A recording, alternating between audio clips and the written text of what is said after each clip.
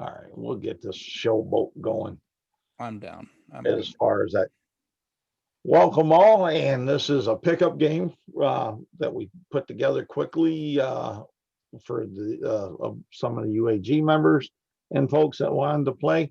And we're discovering somewhat a new territory. Not that it's new from the map, but new for our players to play in. They're on Mage Island. They came to Mage Town, and just shortly before they got to Mage Town, there in the night sky was a burning ball of fire that came through and crashed someplace on Mage Island. As our adventurers came into port, into Mage Town, the Council of Mages came and caught them up and asked them if they desired some coinage, if they'd find out what that was, where it was, and where it came from, as far as that. And because they felt that these are foolhardy adventurers that came to our island without really any true invitation. Not that we're going to harm them, but we have found a use, and to go ahead and make use of hardy souls, hardy hearts, and foolish minds. So with that, we have our players for the night. We'll start with we'll start with the more unique race that you see in the harbor of Mage Town, this satyr. And I'll let the satyr describe him or herself. All right. This satyr is wearing clothes and carrying equipment that are pretty well made, almost designer-esque in the sense that they are clean and well cut and sewn. However, it's pretty clear that these clothes are well worn, patchwork, and done by hand. In addition, this female satyr walks as if the there is many things, exciting things to see in the world, and that with a kind of pride or vanity, that a charisma that just draws people to them. Beyond that, I suppose the only thing that would be a giveaway for their profession is the instrument they have on their side, and their well-worn traveling boots. So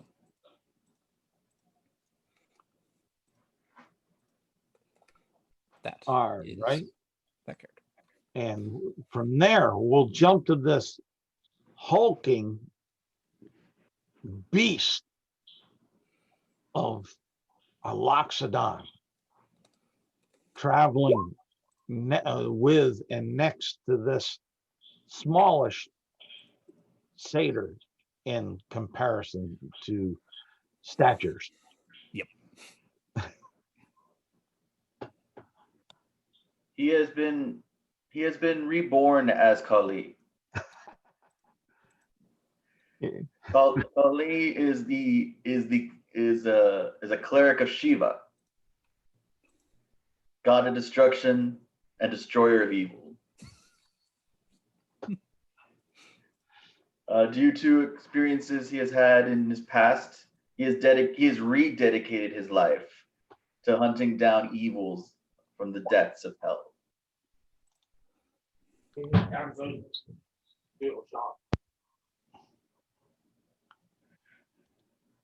All right, is that all you're giving? That's all that needs to be known. All right. And Well, then you see this rather virtuous, huge Minotaur standing behind them, coming up from the same ship. And take it away there, Ryan. So, while standing slightly shorter than Carly, in terms of top of head kind of height, Algonak is quite proud of the fact that his long, fairly tall horns add a good amount of height to his total height. And is very proud of his horns altogether. As you can tell, his horns are very. It's strange. It's very obvious that his horns are very well upkept. He seems to take a lot of pride in his appearance. Equally obvious is that he is, as far as he's concerned at least, a particularly righteous paladin. His armor is gleaming. He has a shield strapped to one arm, two battle axes on his back, ready to go and take on the world and smite evil. Well, he'll eventually learn to smite, he's sure. Wherever it may be found. Yeah, that will work better.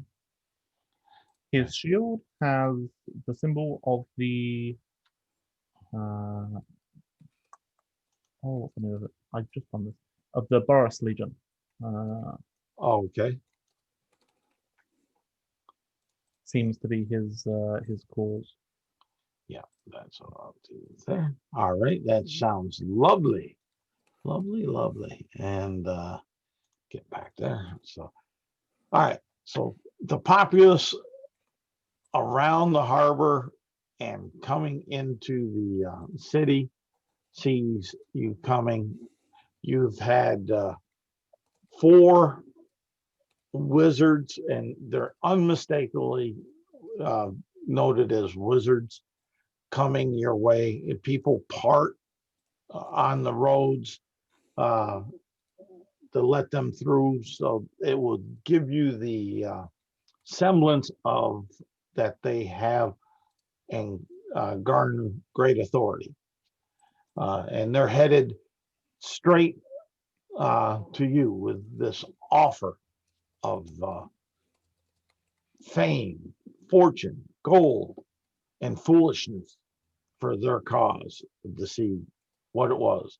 And they explain it, and they'll tell you that from what their observations were, that it seemed to land off into the southwest of the town, a fair distance away. And let's see here. Boom, boom, boom. And they'll ask, are you willing to take on this for us?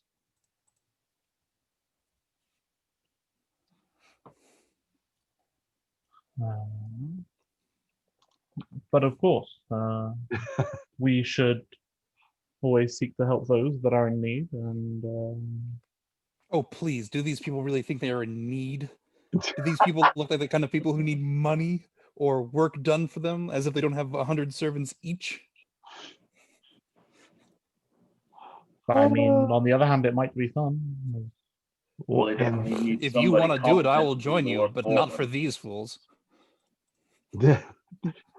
I'll put you guys here on the Great Road at the gateway. You've gone on through. You weren't stopped or bothered outside of the 4 the 4 authority type figures that are wizards.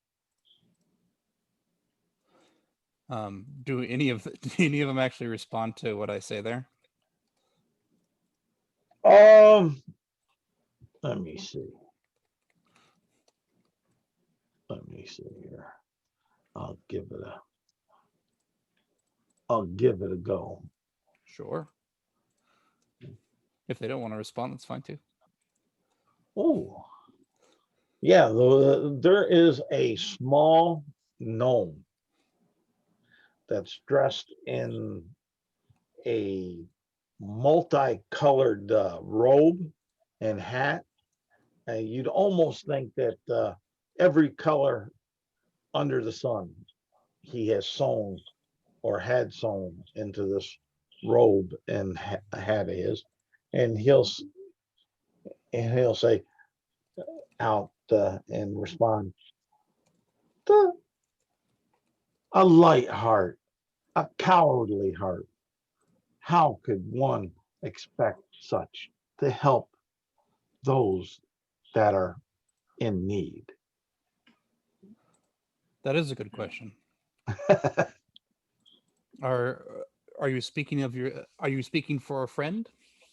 I am speaking for all in Mage Town.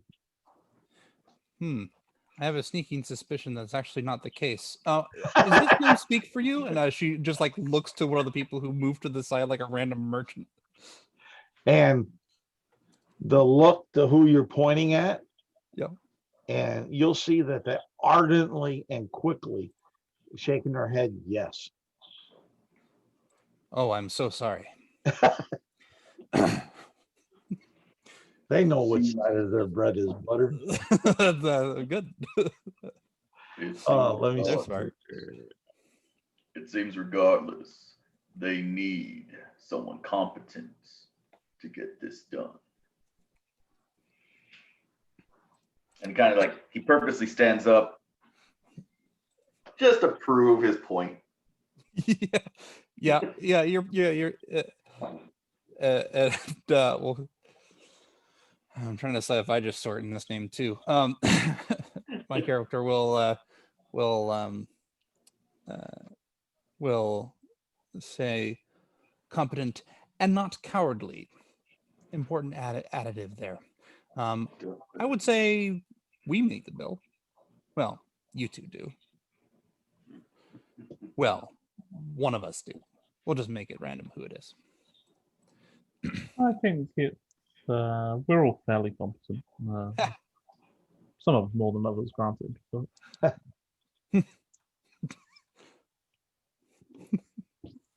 And they'll explain their terms, the direction that they saw, and they'll say, we'll even give you at least one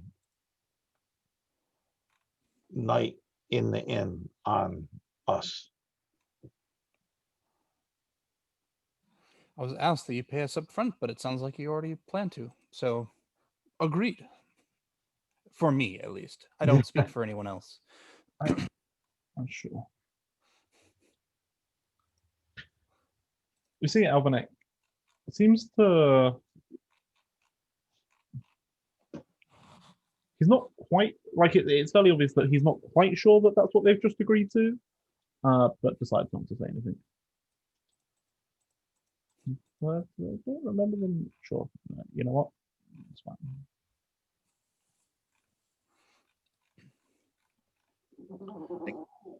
Can you guys hear me? Yep, Hear you now. hear you. Okay. Hear you when you speak. I can hear y'all. Okay. What's this?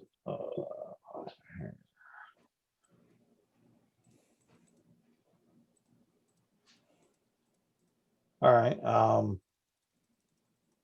Excuse me. I'm trying to read a message from another UAG member about something that's quasi UAG. I want to give a certain amount of respect to him as far as that. So I lost track on that last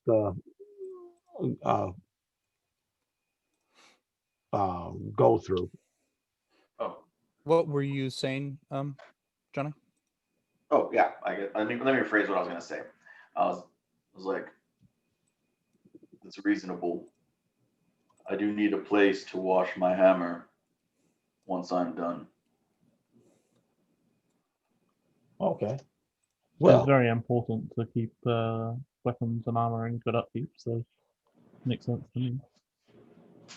and they'll say, fine, you just tell them that the Wizards Council is picking up the tab for your room. Just go up the Great Road and take a left.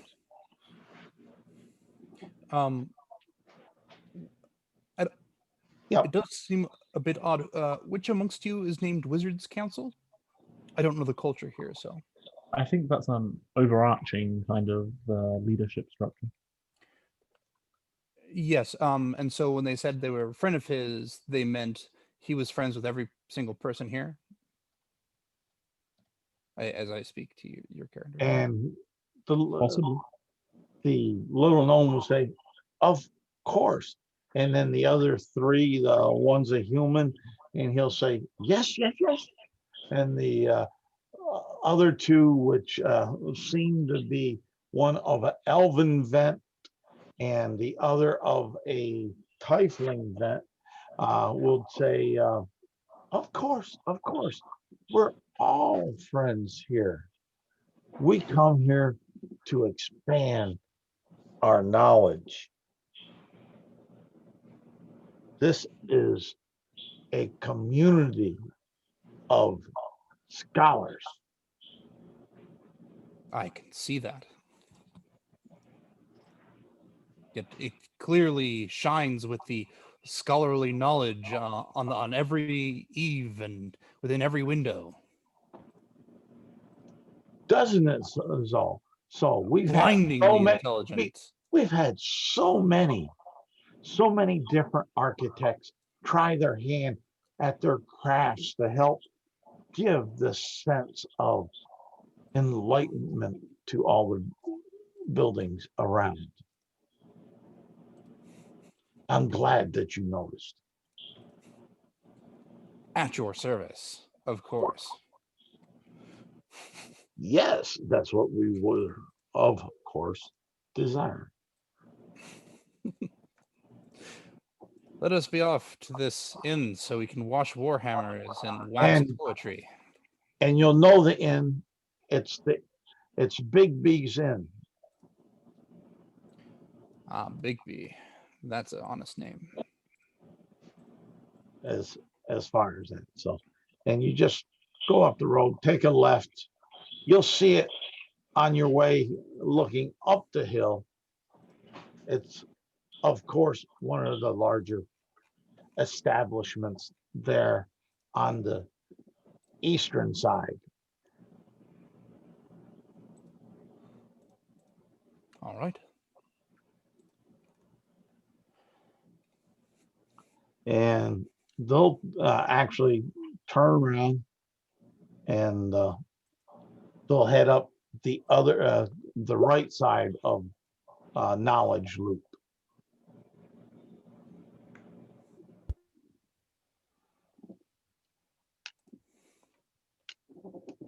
And let's see, as far as that. So you guys are here. You're coming up this way. Are you doing anything from here to here? From there to where? Keep hearing little. Oh, okay. It's roll 20. Yeah. Keeps you. Yep. From where to where? Oh, from down where the conversation started, down here, just inside the gate, the gates, on up to where it's the road. The Great Road seems to split off. I walk. That's what I do. I walk in Okay. that direction. All right, no problem. What's Kali and Alvanek doing? Or is Alvanek must he's stepped away, but that's no problem. So what's Kali doing on this up to that point? Well, At this point, he's just trying to make sure that everything's prepared. It's ready. Like now that he has a job, he's already focusing on his hammer. Is his hammer dirty? No, it's not. Not at all. But he's it's basically like a ritual of sorts. Like he's prepping it. Like he kind of like a small prayer because he knows Okay. he's going to use it.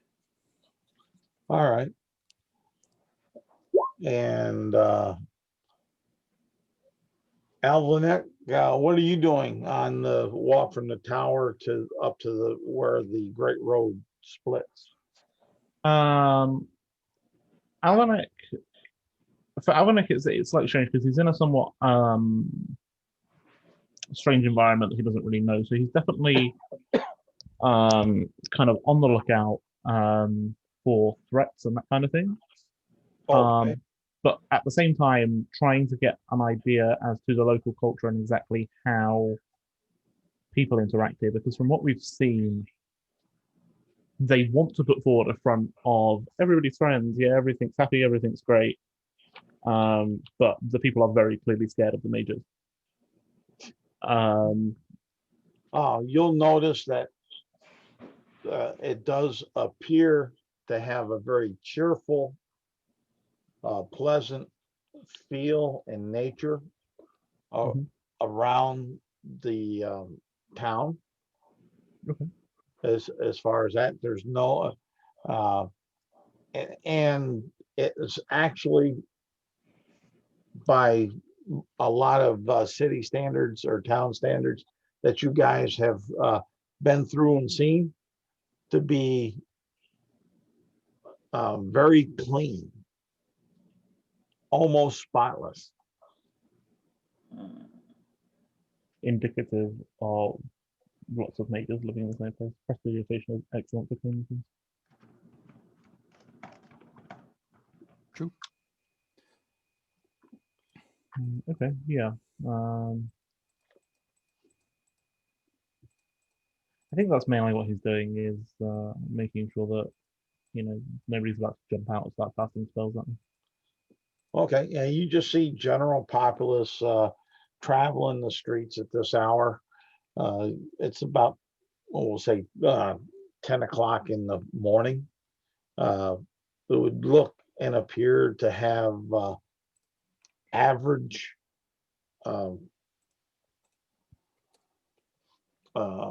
traffic, and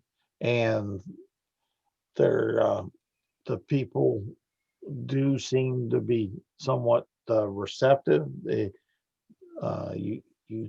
throw up some throw up a hand and say good morning to you and everything like that. And you'll see quite a diverse population from just your stroll up through there, and with the traffic between humans, Fey types, to even right on down to a stray dragon kind or lizard born, a goblin, kobold, and they're not being whipped and chained or anything of the ilk. Okay. Are we because we're a fairly odd collection of races by any stretch of the imagination, are we attracting strange classes at all? Actually, no. Interesting. No strange glances. It's almost like a welcoming feeling of like a prodigal son or daughter coming back home. Okay. That's good, I guess. All right. So are you guys taking the left-hand turn up towards Bigby's Inn? or doing something other. I'm gonna check out the end first. We need to clean off somebody's amber anyway. So All right, so we have one going up that way. The rest of you going with Irie? Yeah. Oh, okay. And as you guys get about right there, what's your passive perceptions? 13. 8. Whoa. Passive perception. Yep. 12. Okay. Kali and Alvanek will notice that Kali's hammer seems to be glowing with light and looks to be very clean and shiny. Hmm. Does that always do that? Well, I do prep it this way. Very good. I did just finish my cleansing ritual. It is now ready to smite everything inside. Do love a good smite first now and then. And as you go on up knowledge loop on there, you'll see the large building in front of you that you would, by the description of the 4 representatives of the Mage Council, know would be Big B's Inn, which would be right there.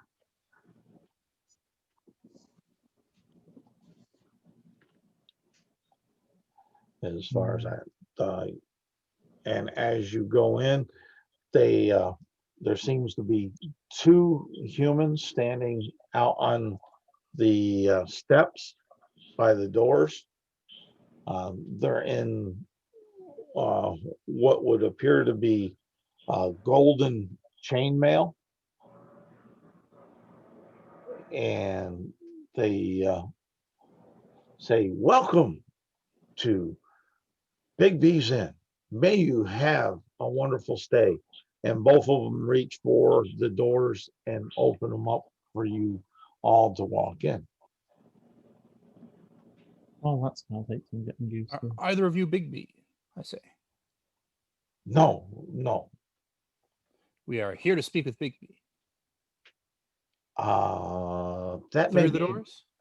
yeah, you could go through the doors. It may be a bit difficult, they'll say, but have a nice day.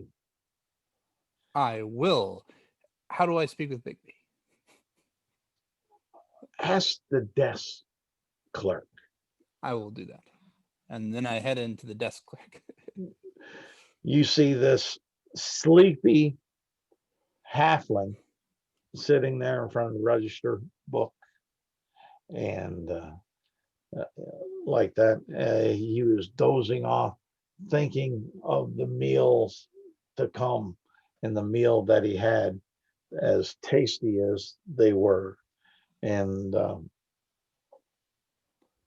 he shakes his head a little bit. "Oh, welcome to Big B's Inn.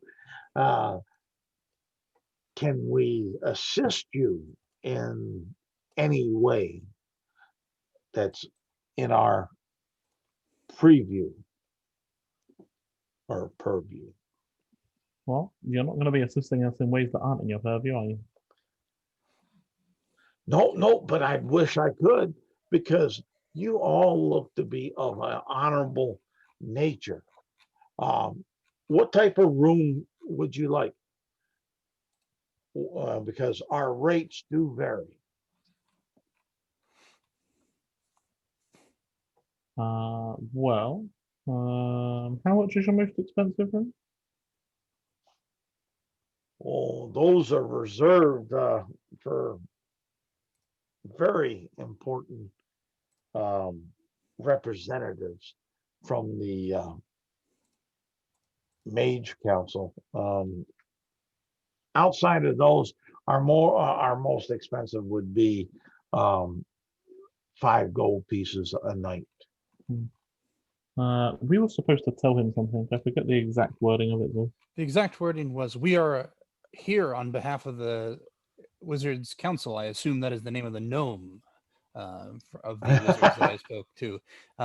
I understand that you are also friends and that you will be glad to have us offer us that room, assuming that they spoke truly. And he will jump up from his stool and almost fall to the ground as he nimbly grabs a key and very shakily and rapidly said, oh, follow me, come on, I'll take care of you. Anything for the wizards and the Mage Council. Oh, yes. We'll let you have one of their suites. Oh, yes. This way. Worry, but okay. I say, don't you worry. There is no decorum with which you need to hold yourself upon.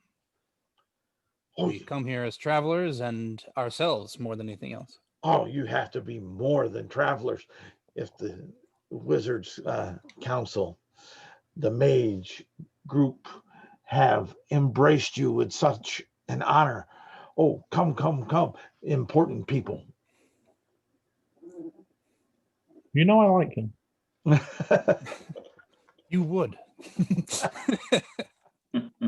time somebody show some respect around here.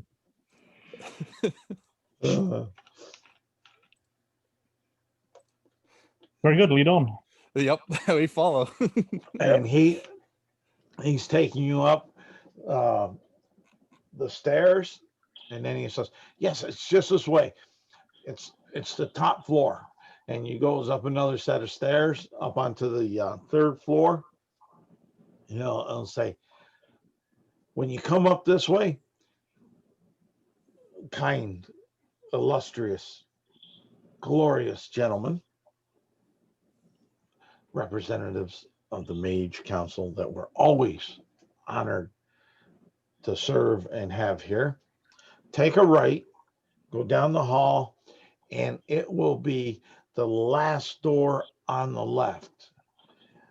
And please do enjoy your stay. We do ask that be respectful of the other residents on the floor of their privacies is all we ask. Well, I would respect their privacies either way, but I would like to ask to offer you a trade of favors. Do you have a moment to speak?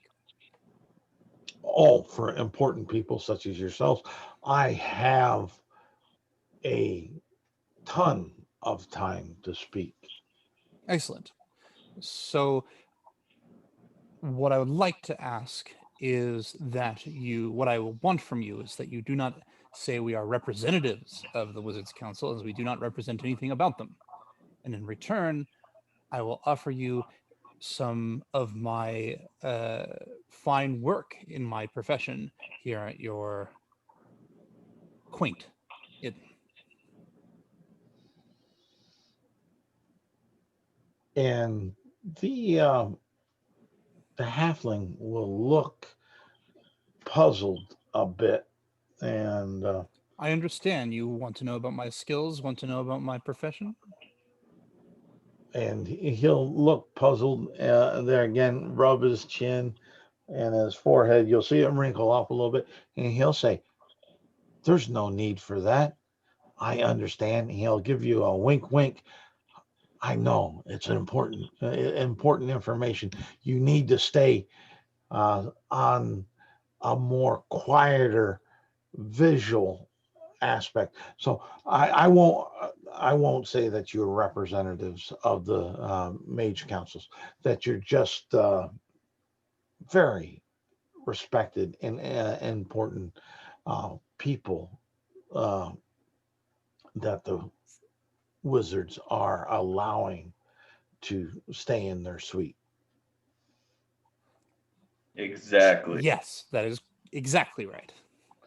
Yes, yes. And he'll give you wink, wink, and he'll say, I will be off. Have a great stay at Big B's Inn. The light Thank is you. always on.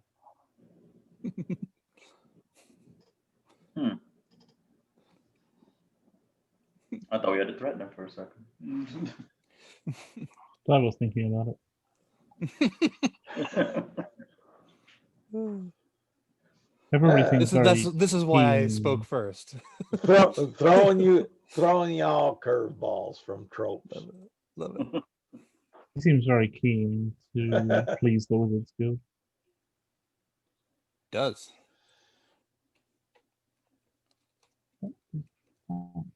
Must be good friends. Very good friends. The kinds that give each other money whenever they ask. But I'm we not won't sure worry you about it. quite got. You know what? Never mind. That was called sarcasm, by the way. Let's check out the room. And as you go to the room and put the key in, what do you do? Do you turn it to the left or do you turn it to the right? I turn it to the way that it turns, starting with the left, Okay, it counterclockwise. turns left. And then I open the door. Okay. And give me an intelligence check. Each of you as you look into the room. After you look into the room. 22. Okay. Wow. I am smart. A smart monkey. A smart satyr. Fawn. Yes. Goat. There we go. Does regular intelligence? Yeah, just a regular intelligence check. 17. Okay. Very smart too. 16 for. Okay. Plenty smart too. So Bunch of when you nerds. guys look into it, you will see and recognize that the room looks exceptionally larger than what you would perceive the building being. Let's see. I Well, say perfect for individuals of your size, and plenty spacious for myself as well. it certainly seems that way. This is Mage Town, so I suppose strange magical rooms shouldn't be super surprising. It would make sense that mages would waste their talents for comfort. Wouldn't it just?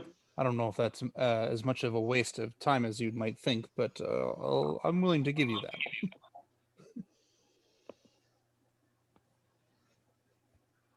Well, there's definitely something to be said for comfort, but it's not really needed, is it? It's not By unappreciated. definition, it's not needed, except when it definitely is. It's not unappreciated. So are you guys stepping on in? Yep. Okay. Yeah, for sure. And as you step on in, you'll notice that it appears to have the most comfortable smell and temperature for each of your species.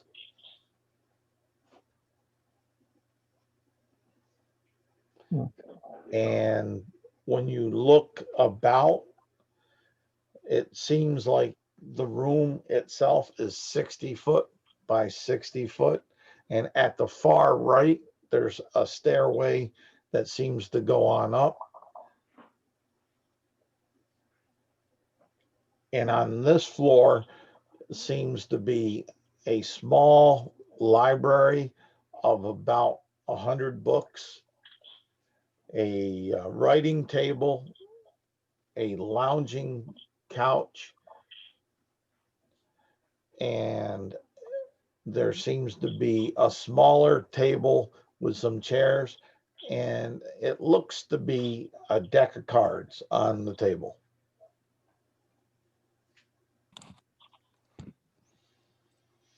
Strange that they would just leave a deck of cards lying on. It's because they have great taste. Do any of you play? No. Very well. I play some, yes. Although more in it's good to have something to release your mind from the stress of missions and adventures. Agreed. Well, I look around. I don't see a bath, or do I? No, on this floor, you do not see a bath. Do I see stairs? Yes, down in the far right-hand corner where I said. I point towards them and say, perhaps the bath is that way. I will do some work to clean myself up as well, but I will let you have first dibs. Oh, you're generous. Because I am so generous. That is correct. And because you are as well.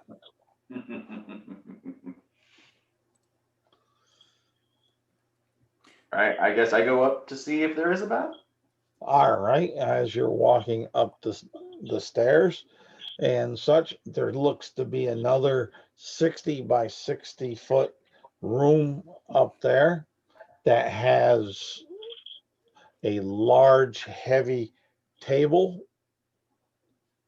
with very stout benches on either side and two stout large chairs at the end.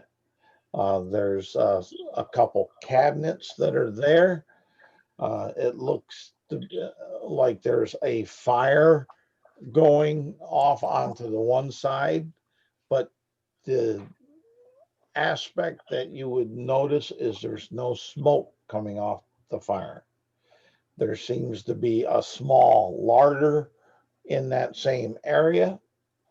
And then over on the far left-hand backside of that room is another set of stairs. Mm-hmm.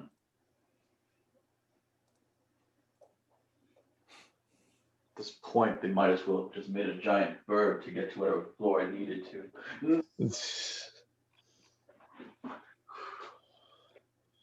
I continue traversing the You go, grounds. okay, you go up that set of stairs and you see another 60 by 60 foot room. And on one half of it, you see what looks to be like a large pool of about 20 by 20, and then a couple smaller pools that are like 5 foot by 10 foot.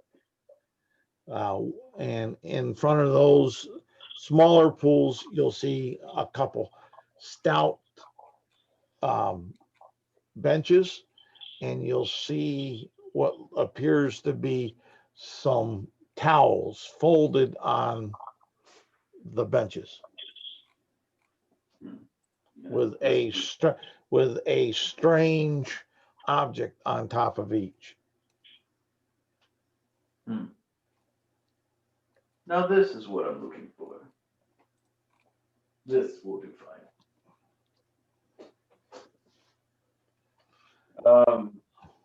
I guess I test the water to see how like how warm or cold they are. Out of which pool are you going first? We'll try the smaller ones. Okay. It seems perfectly warm temperature to you. That's nice. I kind of go back for a second just to like kind of yell down the stairs. It took 2 more floors, but I found one. I'm on the first floor. Yep. Making sure my straps don't have any tears, and if they do, fixing them up. looking at my stuff, cleaning them off with a rag, and I maybe just call back up. Okay. And what's Uh, I was gonna yeah, say, it's what's Alvin up to? probably taking off his armor. Wearing heavy armor means that it takes a decent amount of time to get everything unstrapped and taking it Okay. all off. Anyone around here would notice that his armor looks as though it's brand new and hasn't ever been worn.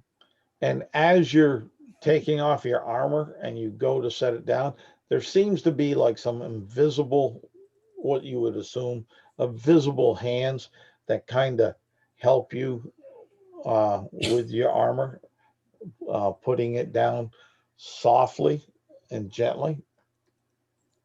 Thank you, I suppose. Wizards. And there's no reply. Tricky creatures, wizards. Nevertheless, helpful.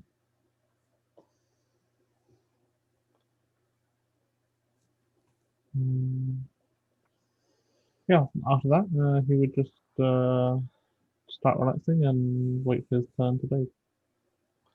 There's plenty of room for now.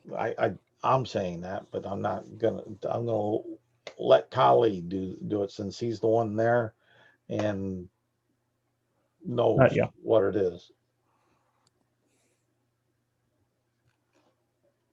So I have a bad habit to jumping the gun on things. Yeah, Avanek will kind of call up Sally when you're finished. Give us a shout so that we can take And our turn.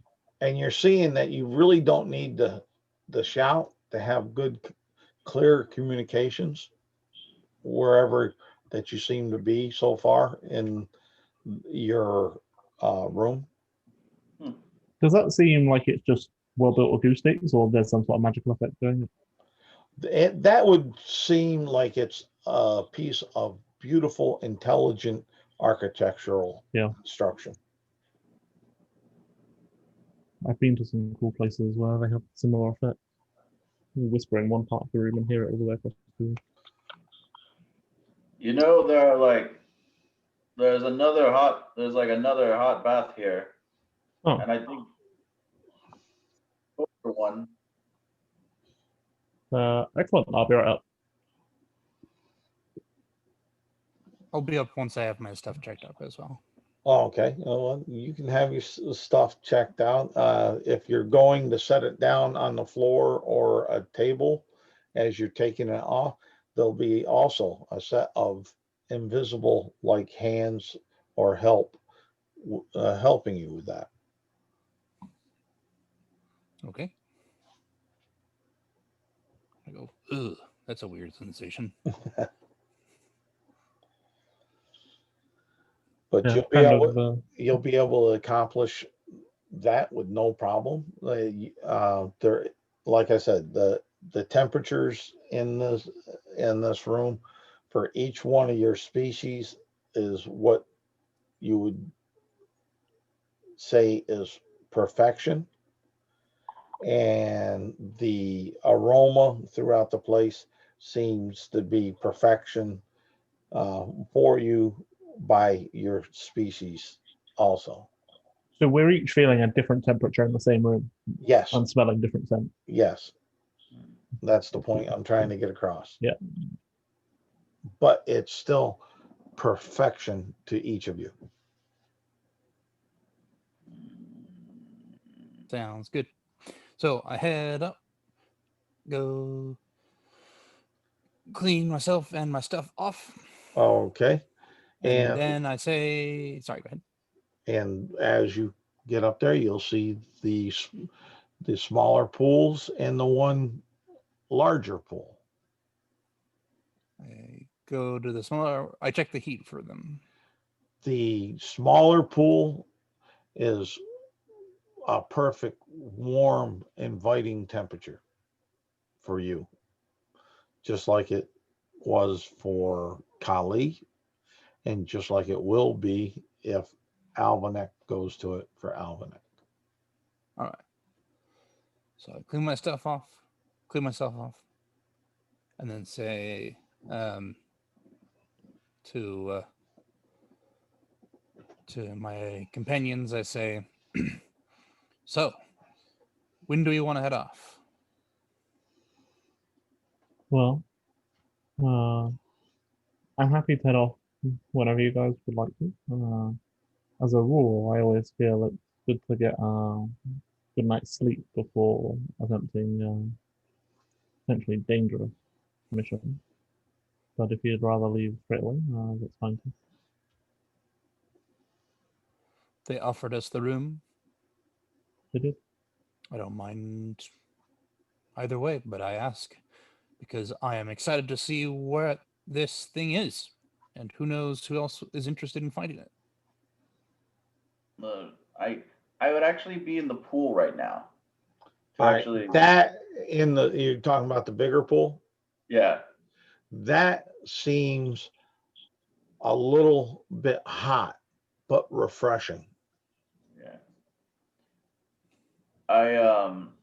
I basically use my own trunk to kind of shower myself in there. Super useful. Show off, I say. Yeah. How big is that big pool, Charles? 20 by 20. I want to kind of look over. Would you object to me joining you in the bigger pool?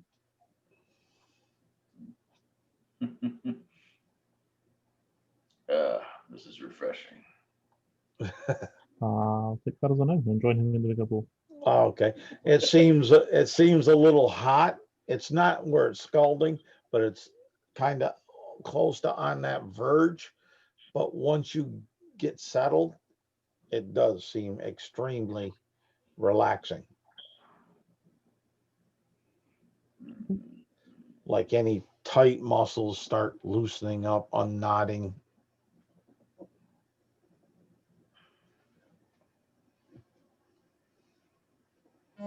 I may have spoken too soon about the comforts these wizards make.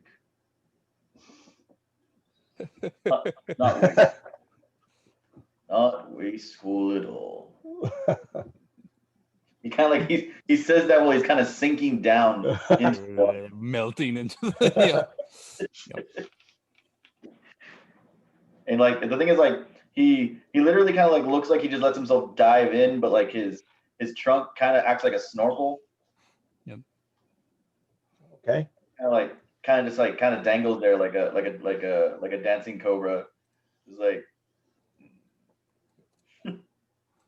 I whisper even quieter this time. Show off.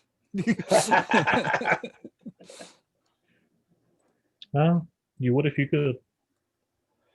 That is why he is showing off. Yeah. Oh, for sure. You can't blame him. Let's see here. Let's get that. I can and I will.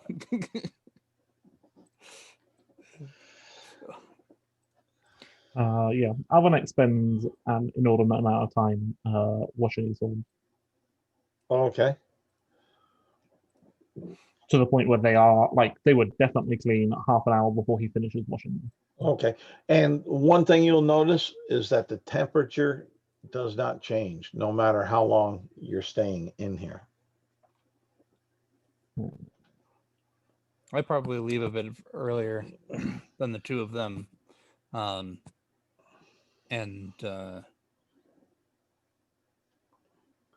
think my character probably starts walking around town, but I'll leave him a note basically being like, hey, I'll be back at this time. Oh. I'm assuming we aren't leaving till tomorrow, but. And at the other end of that third floor, you will notice that there seems to be 3 different doors at the on the other side of that room. Where the bath section is 30 by 30, but the whole room you could tell would be 60 by 60. just staying from where the lower floor and the first floor would be from your thoughts. Seems good. So you're leaving. Yep. All right. Well, kind of there. What's the other two of you doing? Just slowly melting away in your Calgon? Just for a little bit. Just for a little. All Like right. eventually, kind of like he's got a little extra about it. Like kind of like getting rebaptized. He kind of just emerges. It's like slowly uses his trunk to grab one of the towels nearby. You said there were strange things on top of the tower, right? Yes. I guess I'll get out and have a look at what those are. They feel smooth, and they have especially invitive smell to the one that you touch.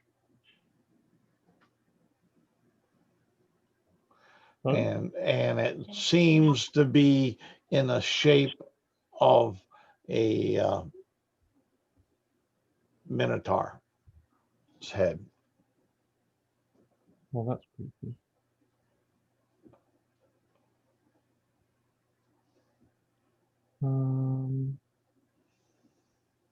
Okay, like, do I think it's soap, or can I determine its purpose? Yeah, If you it's would not- definitely determine without too much problems that it is a soap. Excellent. I start to use it. Okay. It seems the smoothest, slickest, hard but yet softest soap that you felt on your hide since birth. You have got to try this stuff. It's excellent. And then I start washing my horns with it. All right. And Kali, you just sinking away yet? At this point, as I mentioned before, like I was just emerging from the pools. Okay. And Alvanek made that statement to you. So I'll let you digest that. And I'll jump over to Irie. As you go down, you see the halfling desk clerk there, and he'll jump right up on top of the stool that he was sitting on and say, "Is there anything we all that we can do for you, miss? Everything okay up there? Is there something we can do even better?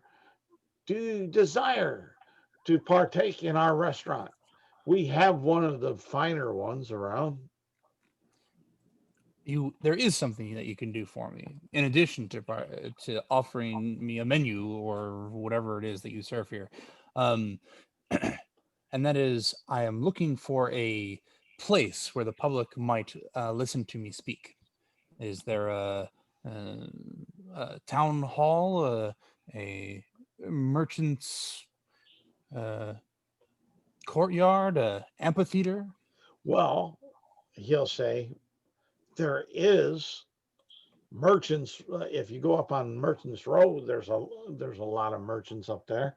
There is a lot of people that gather at the bazaar down on Bazaar Lane, and amphitheater, and he's running that over his head. What's an amphitheater? It is a place where usually the local religious authorities put on rituals for whatever their gods are, or plays to represent famous stories. A theater, but larger, But larger, with more significance.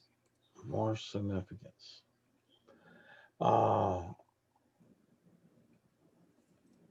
And he's really thinking hard. And he'd say, I think you'd have to go up to the Mage school. They might be able to assist you. There's a school here. Oh yes, we have one of the finest Mage schools in all Areawood here. Only the most select are given invitations to come learn. Well, perhaps I will spend some time over there after seeing what wares are in the merchants' quarter. You said.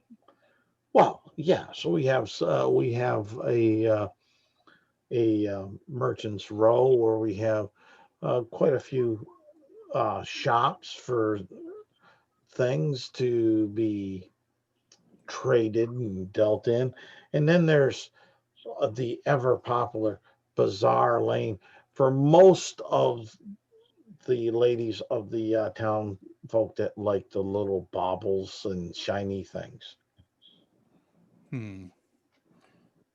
Well, point me the direction to one of them, and I will gladly accept your excellent directions, as well as whatever it is that this inn specializes in, whatever the chef's choice, as it were. Well, you'd have to go through these doors back and off to your right, and like that.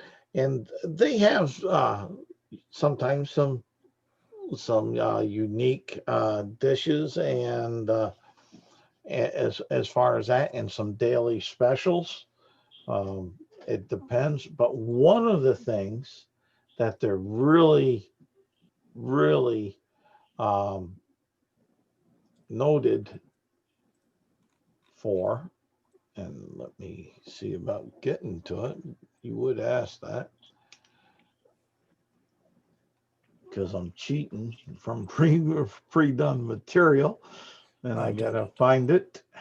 Yeah, maybe it's in this one. If not, it's on the other computer, maybe. But as far as that goes, come on, open on up here. I know it's a Word doc. How long do Alvanek and Kali stay at the room? Do they just stay there the entire time, or do they do other stuff? I don't know. I'm asking them. Oh, because they okay. No, like mine, like I wasn't gonna stay there that long after you left. If anything, I only stayed a little bit longer once I was told about soap. Dun, dun, dun. The power of soap. And the soap is, as I said, but the thing is the bar for Kali would be in the shape of a loxodon's head. I'm not gonna lie, Elder. While I do find the smell soothing, the fact that I had to shape it like my head. A little bit disconcerting. Huh? Just more. It's more than a little bit disconcerting, right? Exactly. Yeah. I think they're trying to be nice though. Like They couldn't just, color code it or something. they could have done, but I don't know how familiar you are with wizards.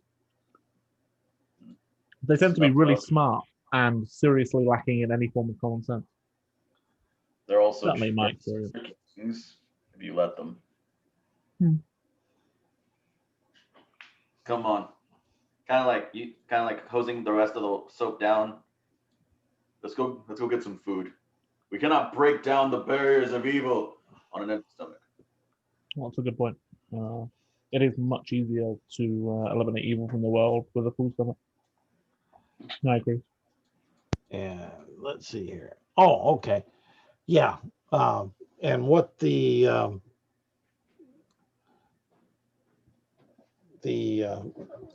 desk clerk will tell you is one of the more popular dishes that they serve in there is fried pseudo dragon wings. All right. I say, sounds excellent.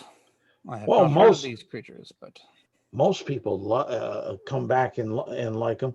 And there's some others that are kind of into the from time to time the fried purple worm balls or the owl bear bacon. They say that goes great with dragon egg omelets. let's go with those.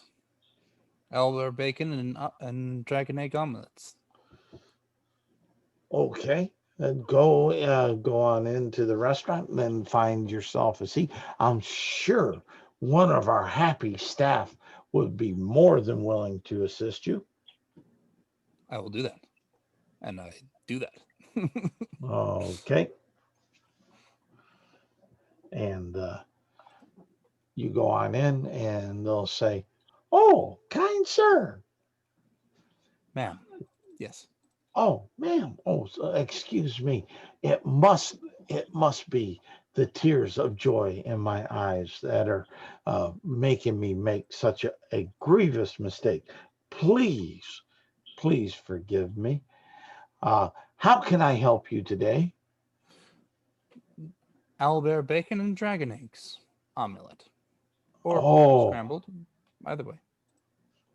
would however you would desire such. It's up to you. Do you desire scrambled? Do you desire a omelet?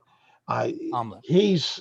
The chef has been working on another option as far as that, and he calls it a dragon's eggs Benedict.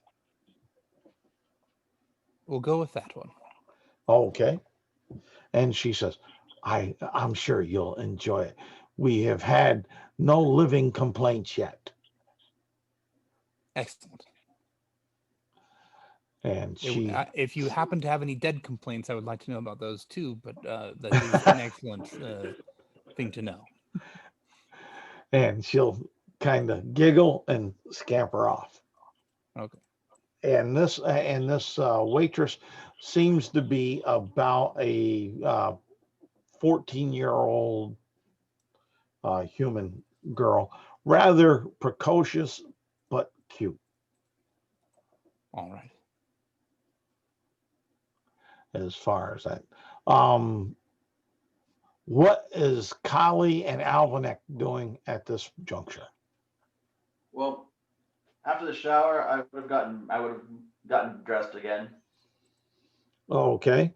And while you're getting dressed, you'll notice that there seems to be some invisible helping hands helping you dress. I always find these things a bit weird.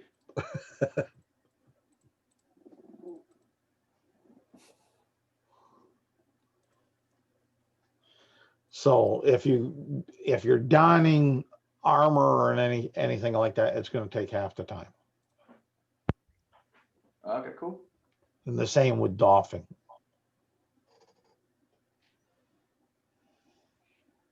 All right. Well, the garb I usually wear is like a chainmail robe of sorts. Okay.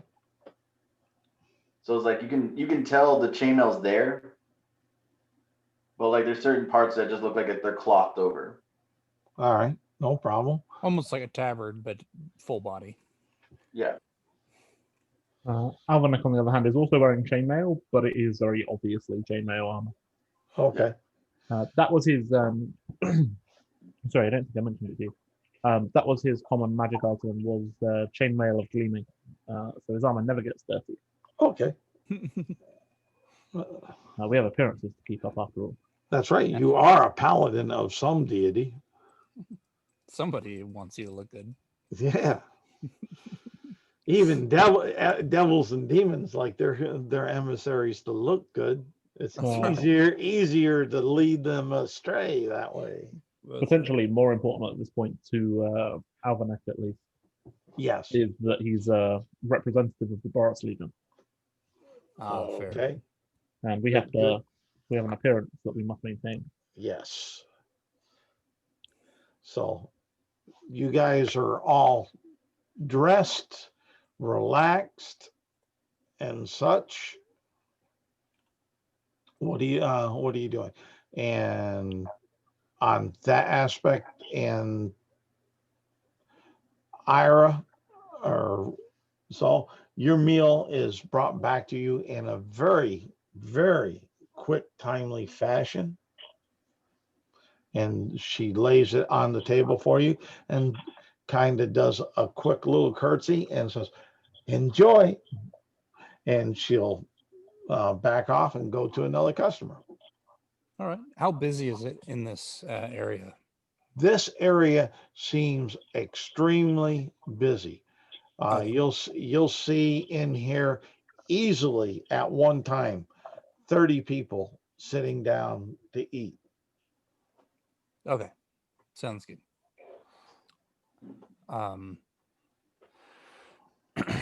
Then yeah. Then I try the food, most of which I have never eaten before, and actually all of which I've never eaten before, and Give me a Constitution saving throw for the meal. okay. 2. A 2? 2. Wow. Yep. That is impressively bad. Yep. Uh, Yep. a 2. Do you have a -1, Tom? Yeah. It's my 4th highest stat. Nope, it's my 3rd highest stat. Oh, 8? I so rolled funny stats. That's all I'm gonna say. so with that, the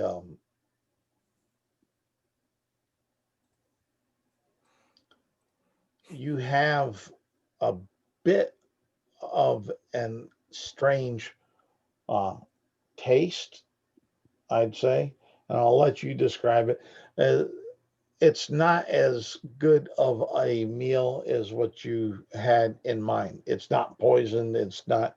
It's up to you how you carry the topic, but that's basically what it's. So it's not so bad that I think it's poisoned, but also it's not nearly as good as you would imply.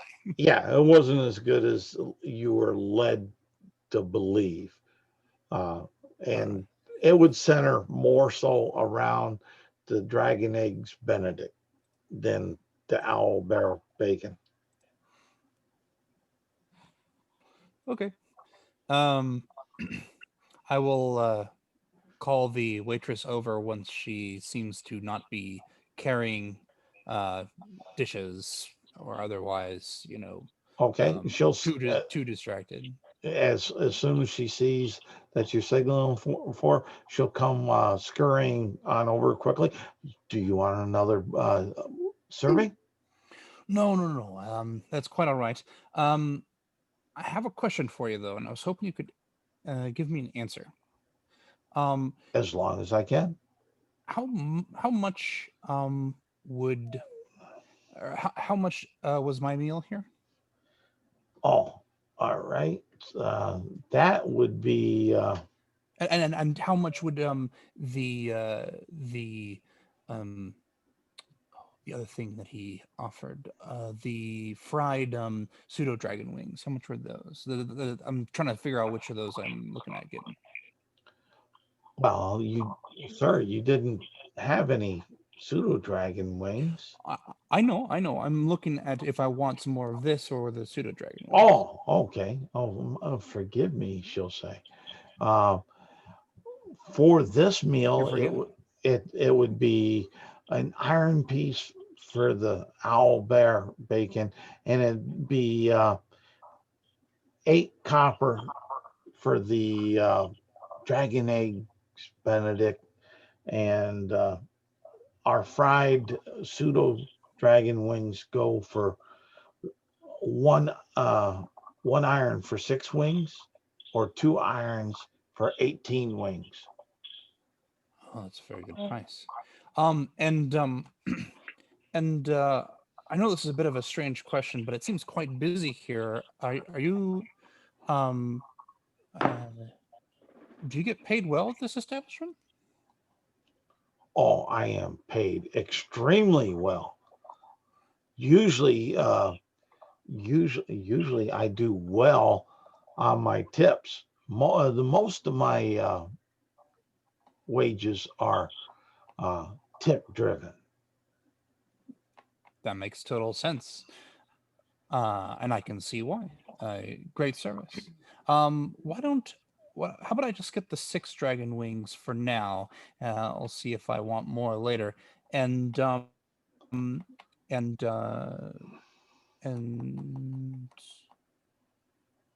yeah, just I won't keep you any longer. That'll work for me just fine. And she scurries on off. And for the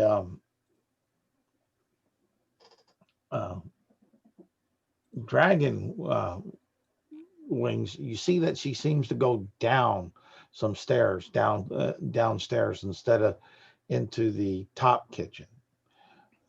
As far as that is what you would notice. And Okay. back to Kali and Alwinick. Sounds good.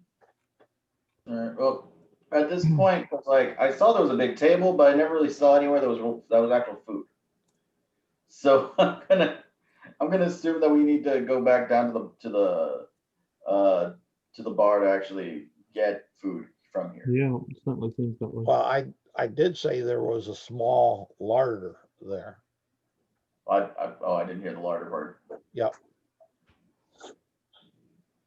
But that the choice of whether or not you want to use what's in the larder or explore other avenues is all up to you. Okay. Well, What do you I'm think a of- fairly bad hand at cooking, if I do say so myself. But it is, if you'd rather go out, we can go out. That's not a problem. Because the way I see it is we can eat out there first and then we can come back and finish up their larder later. Second dinner. I like it. Yeah. People never seem to get that I have to eat more than, humans or the smaller races. Well, considering the impasse is in between a fine place to eat, taking these type of jobs, you engorge when you can. Absolutely. More. So I'm taking it you guys are going downstairs. Yeah. Yep. And the clerk sees you coming. He jumps up on his stool again, and he says, "Everything all right? You enjoying your stay at Big B's Inn? How may we help you?" I am hungry. "Oh, we have a restaurant just right," and he'll point off to the right through those doors there. It is one of the best in Mage Town. Okay. We'll see. Yeah. We'll be the judges of that. But I see no reason to disbelieve you at this point. And as you go on in, this little perky waitress comes on over. "Can I help you? How are you doing? And welcome to our fine establishment. We have one of the best chefs in all Mage Town cooking here." We'll see. We'll need enough room for multiple plates. Yes, there are 2 of us, but a table for 4 is probably more appropriate. We are rather large. No problem. And she'll take you on in. There's a large family style heavy table with heavy benches on either side. The table itself is about 6 foot long and 3 foot wide. And she'll sit you down there. And as she does that, she takes you both past Erie, Erie who, kind of sees you who two is come. eating. Erie sees you two come by and says, "Ah, do you mind if I join you too?" Of course not. Come on. He's going to find a big table for us. He's going to do it. Seems good. I will follow them. Okay, it's just like a table or two over. It's not far from where you were sitting. Sounds good. Looks like you were starting here. What do you recommend?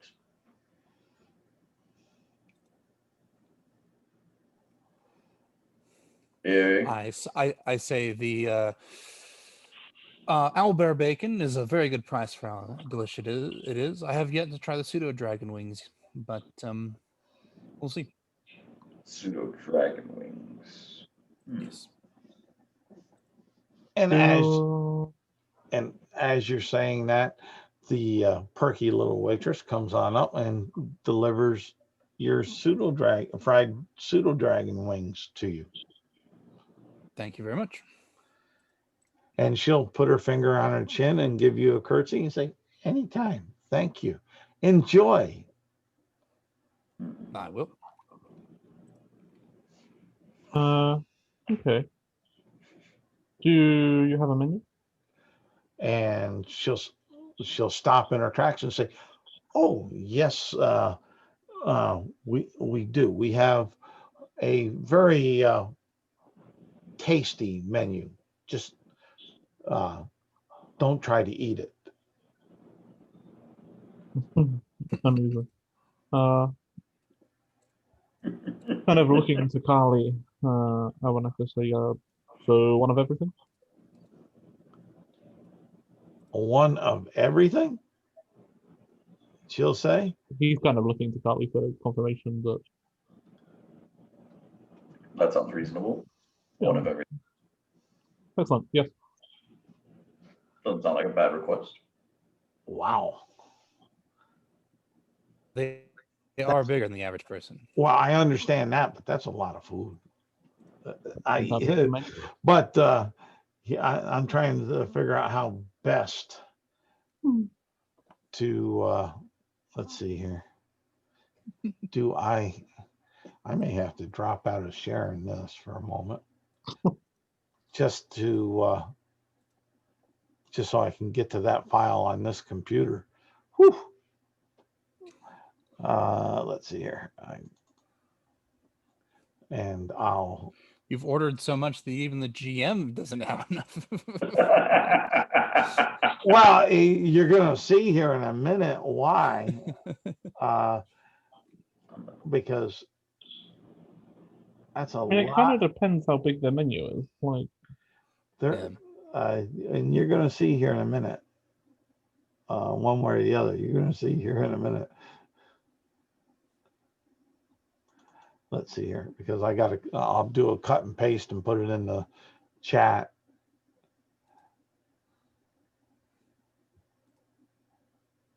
As far as that, I mean, I'm plagiarizing the heck out of my own stuff for this city. Seems good to me. It's just too good and too easy for a fast go around. As far as all that, yeah, to use that, it does lend itself for a pickup game nicely. Let's see here.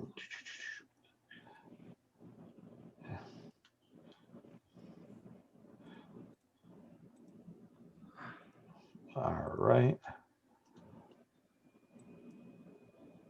Copy and paste. And there it is in the chat.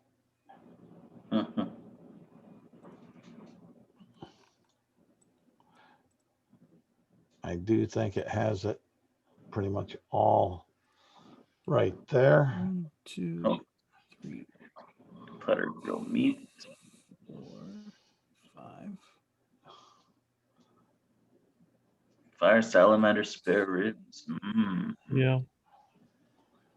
I personally am looking forward to the wild boar stew with beets, turnips, and onions, or the baked crab with ginger, artichoke, and a glass of brandy. Beholder eye stalks. Yeah, I think it's Braised. a little bit strange, but Beholder eye stalks, Cajun style. I'll try anything once. So you know. Well, you kind of just made it so we had to. Braised phoenix. How? Yeah, right. How? Like I'm choosing to ignore the fact that these guys are just serving up dragon's eggs as That seems like an interesting thing to ignore. like I'm not sure I want to know where they get dragon's eggs from. Okay. With everything they got, the stuffed mushrooms. Yeah, I saw those. They have to have a vegetarian option. Yeah. Well, I mean, it's not the vegan option, but dragon eggs are vegetarian. Yeah. I guess that is true.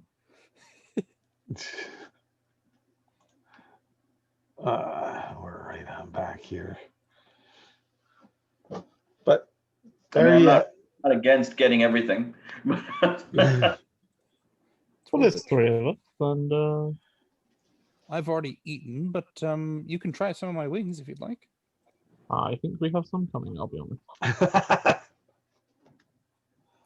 Well, I know I have some work to do, and so I will see how these wings do, and if they do excellently, then I will be happy and get some work done.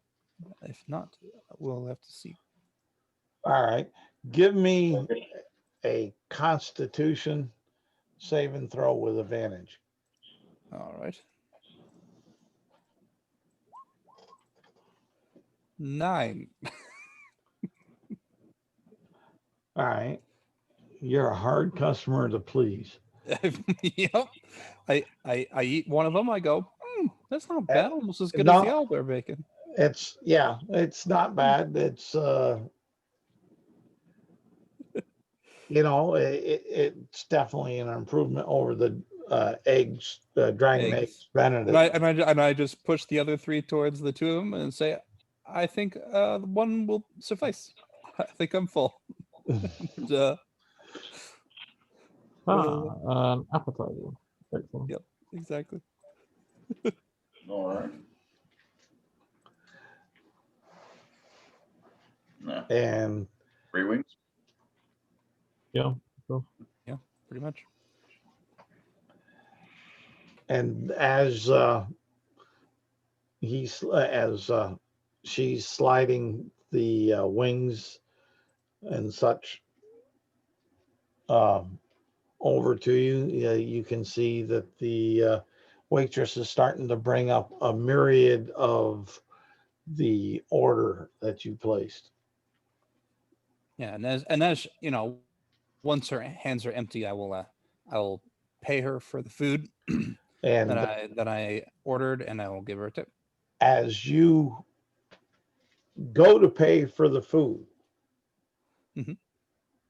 you notice that the halfling jumps off the stool, runs on in, and says, "No! They don't pay. They don't pay.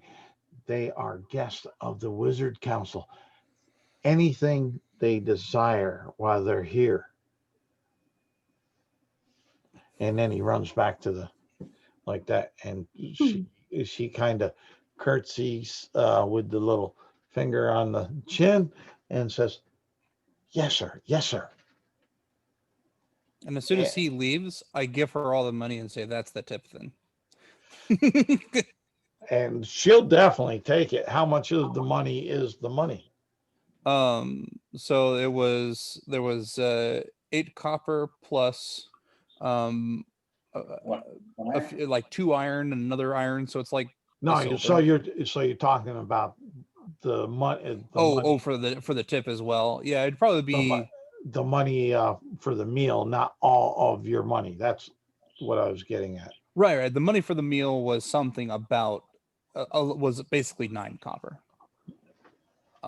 So what I give her is, Yeah, it was 1 iron for the dragon wings. It was 1 iron for the 2 iron for the wings, I think. no, you only No, got it was 1 6. for the. That's right.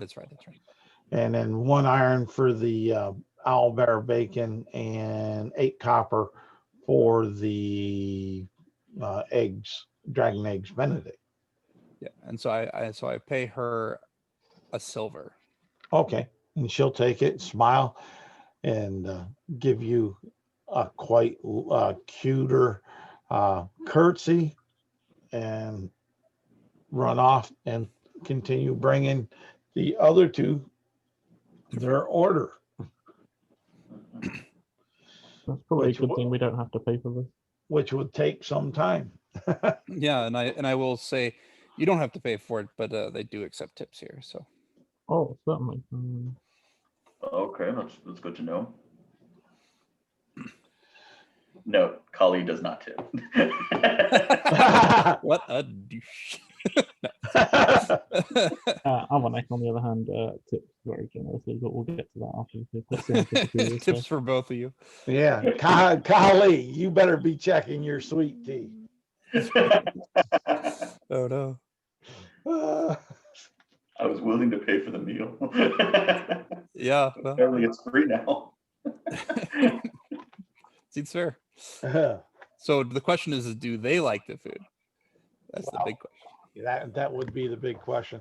And I guess I'll do the whole meal per, just so we don't get tied up in just craziness. In making 30 constitutions. Yeah. Do they have Just- advantage because they Yes, have such they- a wide? Yeah. Yeah. Like, They're gonna each of you give me a Constitution saving throw with advantage.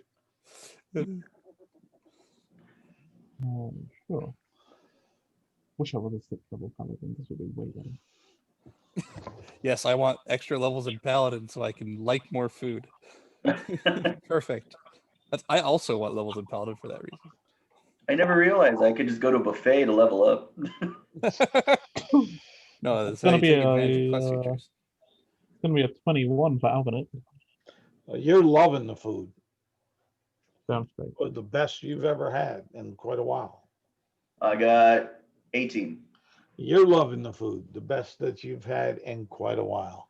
And it seems to be quite filling as you're going throughout this adventure of cuisine. Mm. As far as all that. So you're just enjoying the gorge. A gorge. And what's Ira doing during Yeah, this? They're gonna be there for a bit. Yeah, I'll say that the shortened version for the I'll put the shortened version in a thing is just Erie. Erie, yeah. I see. I told you I was gonna mess up names. I know, and I knew you were gonna mess that one up specifically. So what Erie is going to do is that she is going to look for a kind of courtyard area where heavy traffic with like merchants and stuff, and just start. Well, so what she starts with is by playing her. Let's see. Yeah, she plays her lyre just to attract attention. Maybe singing some stories to go along with it. You know, religious parables and fable.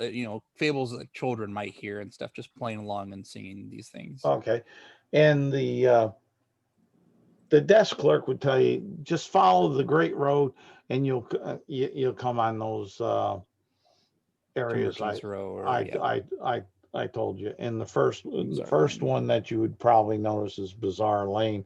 So you can either choose to go down and try to accomplish that right here. That's a great place. Yep, I'll do it right there. Okay. And you start playing and such, give me a performance check. Okay. 19. And you'll have, let's see here. Come on, over on the other dice roller. I want to see if someone just going to be honorary. And yeah.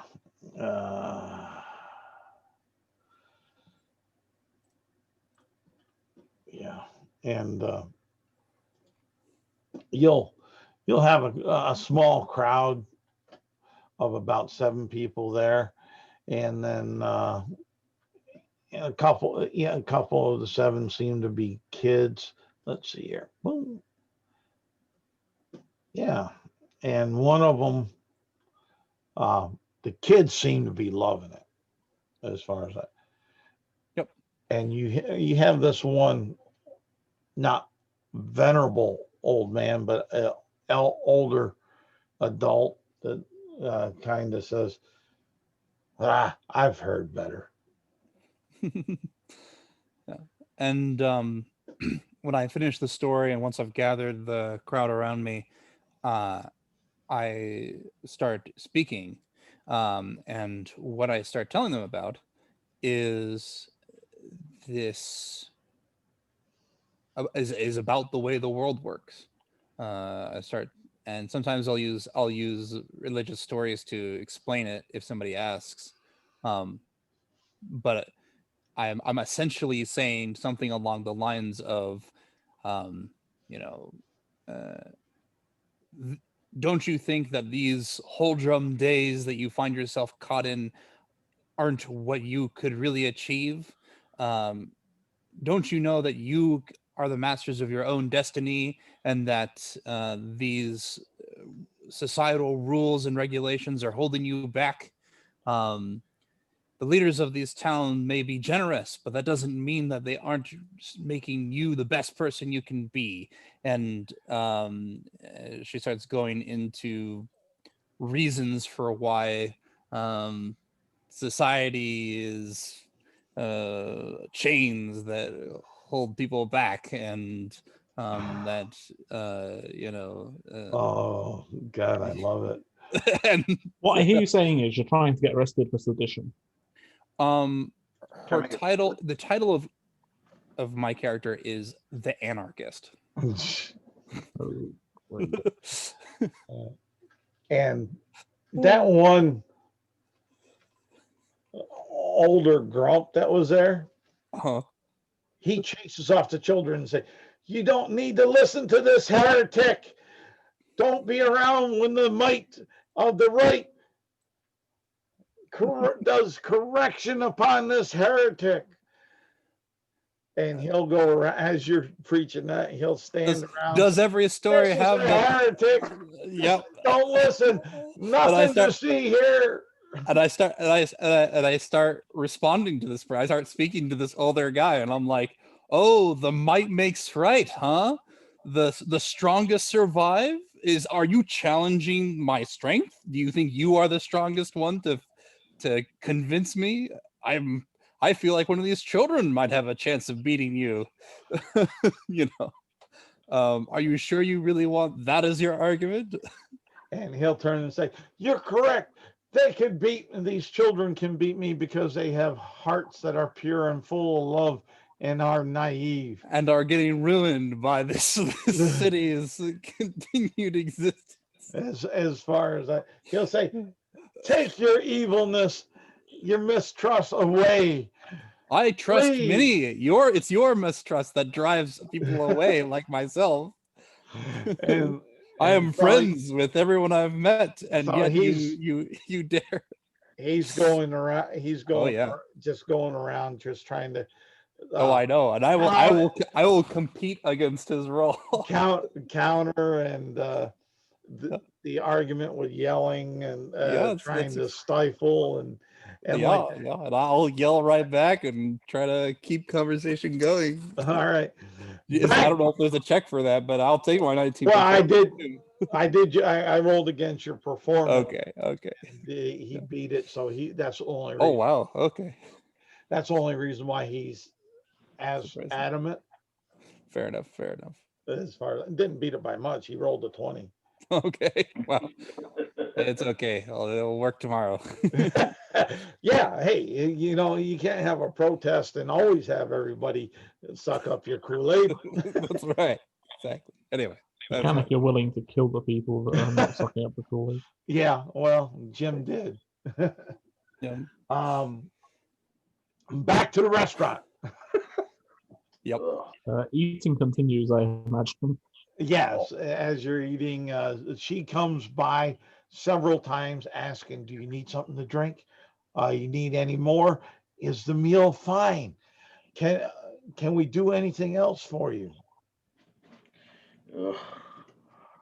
And she starts encroaching with the pleasantness, almost to be in a intoxicating, nauseating way. Quixotic. Yeah. Yeah, where you figure she's just because you're the guest of the Mage Council, she's really trying to go overboard.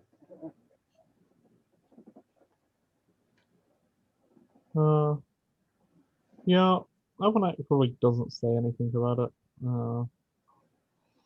He's all for confrontation, but like, there's a time and a place for confrontation. This probably isn't. Okay. He's happy to let her like do her thing. I mean, she's not trying to be abrasive. It's just that type of personality that when you get going, trying to be so pleasant as honey, you become sickening. And that's why he's not saying anything, because it's not something like she's not doing it on purpose. So I also have a sneaking suspicion Alvanek might actually have a much higher standard than a lot of other people.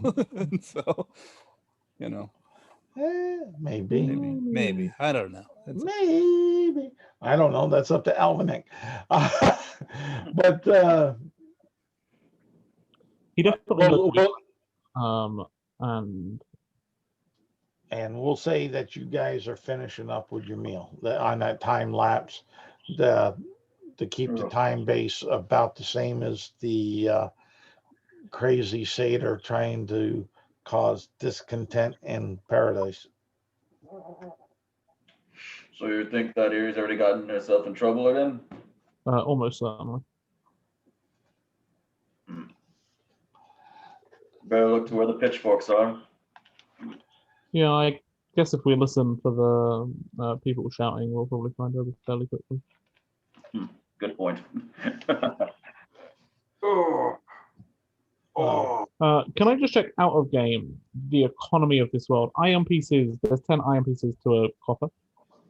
Let me see here. I will do the. Let me get into the mouse. Sorry, it's been a while since I played. Yeah, no problem. Where am I? Right here, and I will make it fairly easy here. Let me get up to it. I forgot I did this until I opened this. And all right, copy. And now I'll drop that down there and open up the chat and boom, paste. And there is the exchange rate in the chat.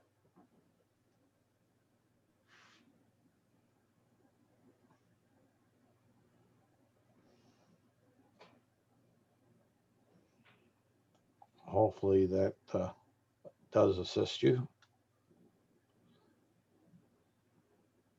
Yeah, it does. So, give me a second. I will work it out. All right, no problem. back over here, spotlight. And as what you guys are leaving from the restaurant, what are you doing? Going outside or going back up to your room? The first thing I'm doing is leaving an additional, let's call it 7 silver as a tip. Okay. She'll she'll be extremely delighted and thank you profusely.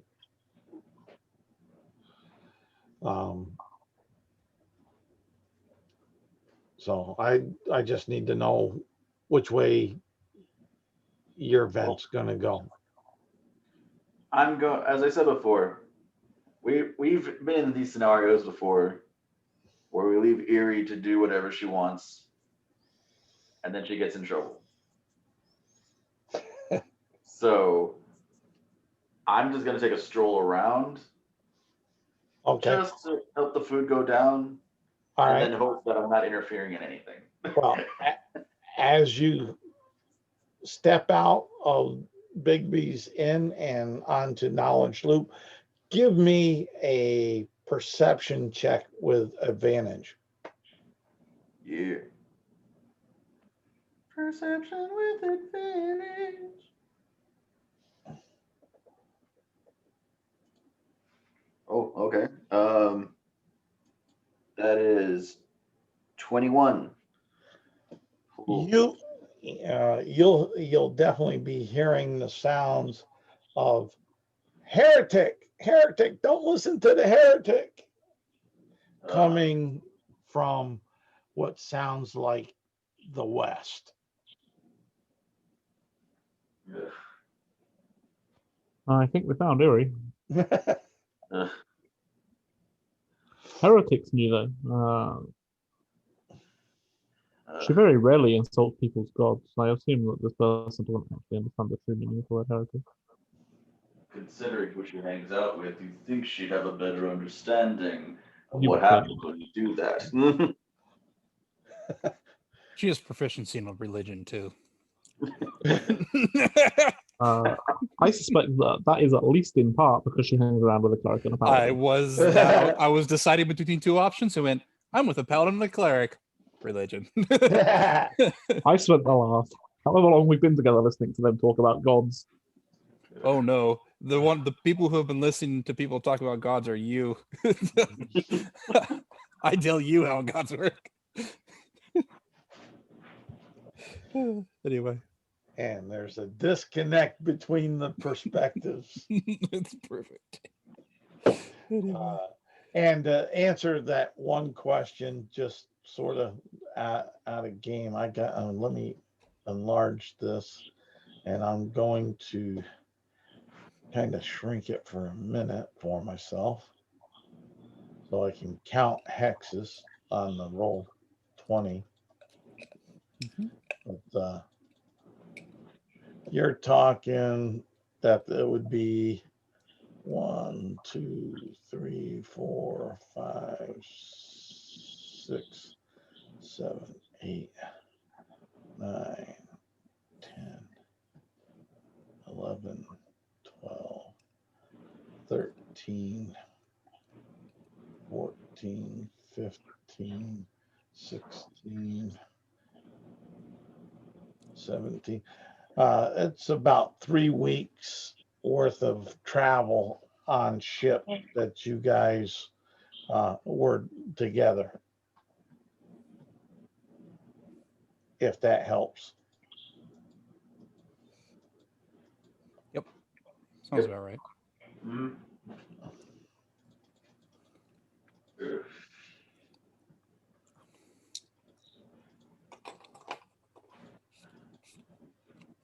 As far as that. So there you are. There we are. And you hear the ruckus. And it's not much of a ruckus, but you do hear the ruckus of this voice yelling loudly, don't listen to the heretic. And if he's just repeating himself, you know, she speaks to him for a while, but if he just starts repeating himself, she'll just switch back to plain music. Yeah, and he is. He's just kind of walking around, just saying, "Don't listen to the heretic. Nothing to see here." It's just a standard like mantra. Mm-hmm.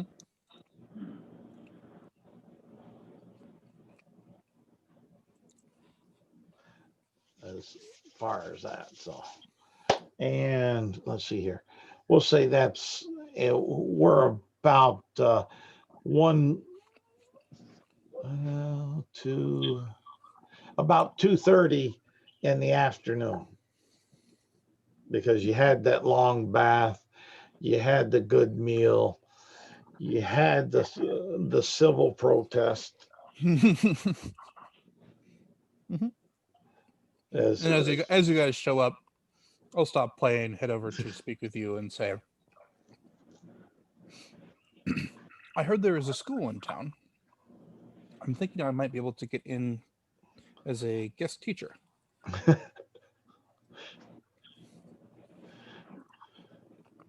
I don't know if we want to do that before or after we head off, though. Might be some paperwork involved. Have you been insulting God? I'd say no, not in a little bit. Well, why is he calling you a heretic? He has been, what's the term, brainwashed by his circumstances. Oh, yeah, everybody's been brainwashed according to you. Wasn't that one of the first things you said to me, was that I've been brainwashed? Yes. One of the first things. Not the first thing. The first thing I did was I introduced myself and I asked you for your name. No, I said one of the things. One of the first things. Right. So it was like, yeah. The third thing. I'm not saying I am agreeing with you. I'm saying that yes, people have nearly always been brainwashed by the circumstances. It requires dedicated effort to break out of those chains that have affected them. Has it occurred to you people might not like being told they've been brainwashed? I don't tell them they've been brainwashed unless they specifically have brought it up. But once you ask, then well, there you go. I'm waiting to hear. It's the opium of the masses. Mm-hmm.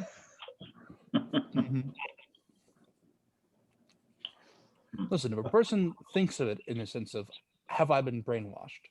Then it's best to communicate them in a way that they understand. Do you think you've been brainwashed? No. But I reached a logical conclusion based on the facts presented. Right. So that we know what those words mean and we're able to communicate with each other thoughtfully and rationally about topics involving brainwash and otherwise.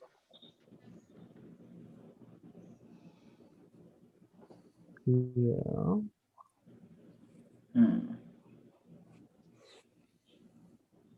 You know what? Don't worry about it. When are you intending on giving a guest lecture? Say what? When were you planning on giving a guest lecture? We have work to do, remember? I was gonna. That's why I asked. I said I could do it sooner, before we go, or after. And I think there might be some paperwork involved, of course. You could make your intentions known, but note after would probably be a better assumption. I mean, after all, I thought that might be the case, yeah.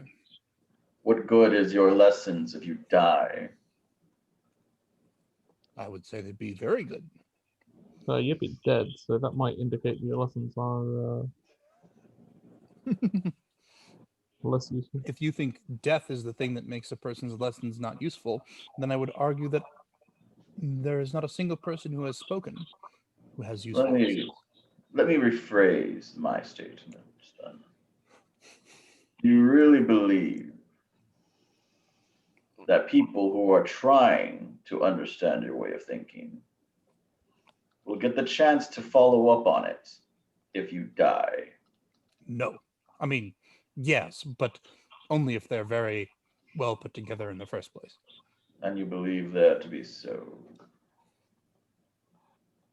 If they were very well put together in the first place. But the trick is to get the people who are not in a good position, people who are the most oppressed,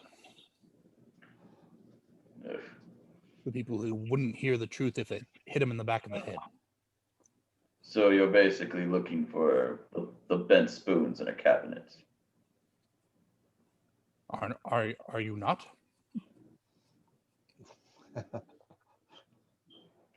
Oh, I'm looking for spoons, all right, but those filthy, dirty, those who defile the rest of the cabinets. Then from there, I simply break them. I thought we were looking for evil demons. Where did spoons come into this? He's using them as an analogy for people's psyche and soul and other such things, some of which exist or don't, depending on your definitions. I was remembering about the kitchen back in the room. It's the first thing that came to my mind. Well, I'll be honest, it's all a bit beyond me. But sure. That's quite all right. We'll catch you up in no time. You'll be the smartest person in the room, Why would I Soon want to be the smartest person in the room? because then you're not the stupidest. I don't need to be the smartest to not be the stupidest.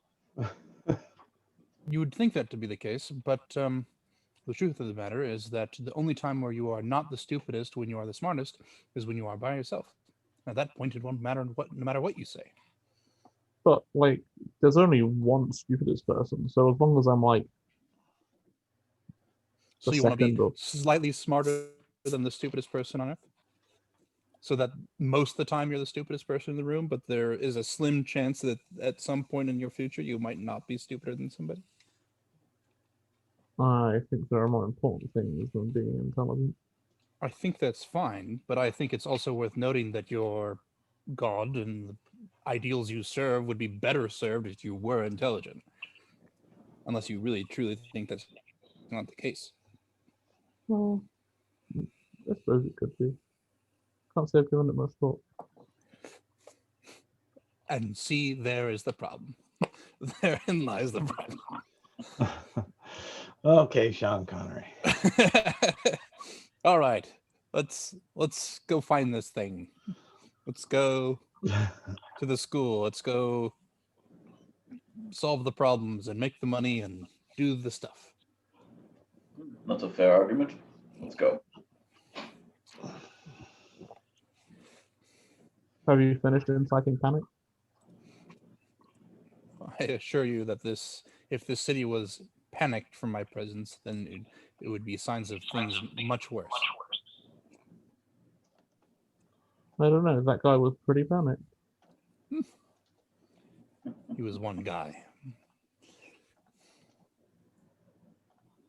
Luckily, it was just one guy. This time.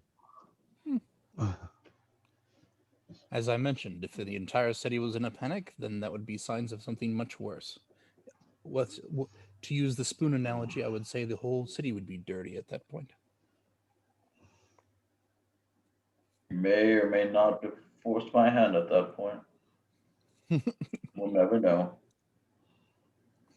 Because the city seems quite clean. And I will start heading down the Great Road to leave the southern side of the city and see if we can figure out where we need to go to follow this falling star. I don't think I'm burping up dire, boy. They had dire boar? Yeah. It was okay. It wasn't one of their best dishes, but it was pretty good. Was it better than the owlbear bacon? No. No, No, that I was was okay. going the Albert bacon. I thought that was the best as well. But the stuffed mushrooms. That was cool. So, how are we going to track down this thing? We don't know exactly where it landed, but it sounded like the wizards did. And there may be some others around town who could help us. Well, if the wizards know where it is, let's start with them. Seems good. I'm sure they'll be overjoyed to hear that we are interested in helping them before even spend the night at their excellent room. And They'll probably be less overjoyed when they get the lunch though, but I did promise to get blood on my hammer, so. We're gonna have to do this. Yes. Charles, I will Yes. go head back to the inn that we were staying and ask Yep. him to point the direction to the Wizards Council where they might meet visitors specifically, or the gnome in particular, if that is important. And he'll point on out that it's that you need to go down onto Round Street and then up Guards Row and right here. Number 1 on the map. All right. I thank him for his help.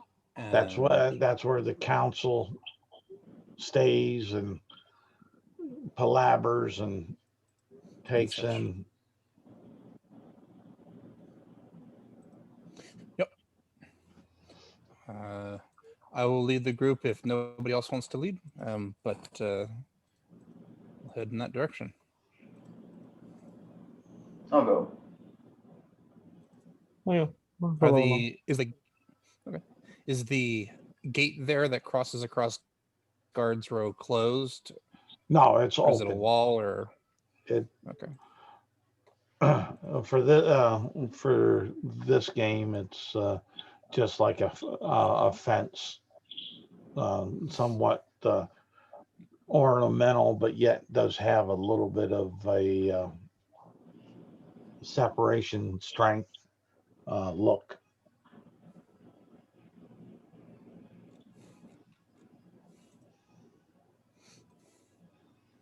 As far as that. All right. And as we are walking over there, I will say, okay. I will say to the party, and specifically Elvanek, I'll say, as you know, I am only friendly with authorities when they are have the time to speak to me. So if we're hoping to get things done quickly, perhaps you should speak with them instead. Kali could speak with them as well if that's, but I figured you might. Certainly, I can talk to them if you'd prefer not to. Oh, I'd very much love to talk with them, but I have a sneaking Yeah. suspicion that will take a few hours. Yeah. That's more accurately, I can talk to them if they prefer not to talk to you, but I think it's probably the way that it is, even if they don't know it yet.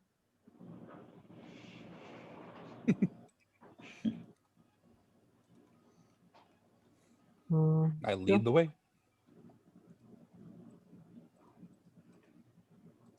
All right. And we'll jump to the door of the Mage Council here. And you see that it's closed. But what do you mighty guys do? Knock. Okay. And you hear a voice. Enter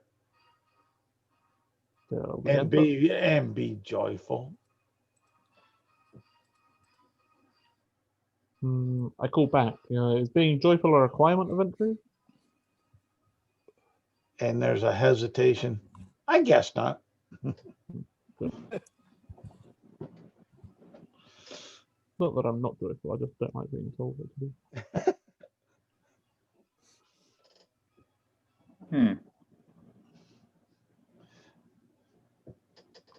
And as you come in there, you see 12 wizards type at a table discussing some items. You guys take the whole Wizards Council thing very literally then. Yes, why wouldn't we? We have strong responsibilities. Certainly. We're here to see if you could give any information on the exact location of this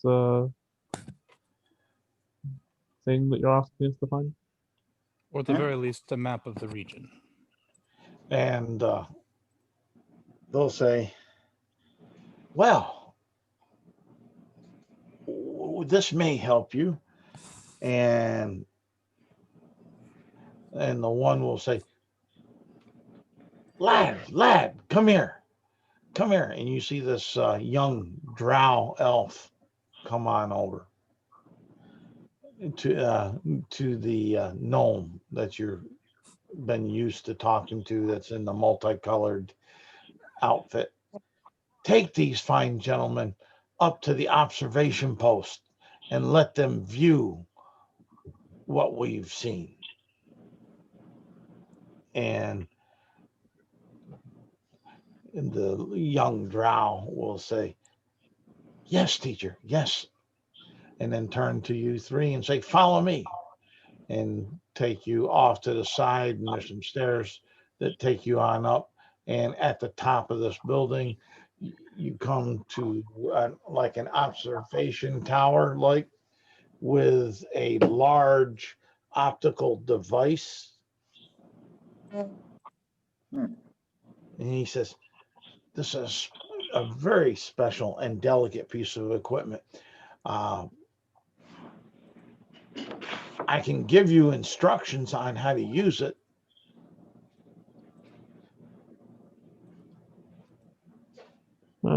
Sure. Why not?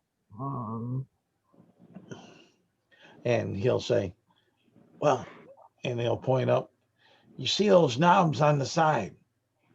You twist them forward or backward, and they bring things in the clear view that are far away.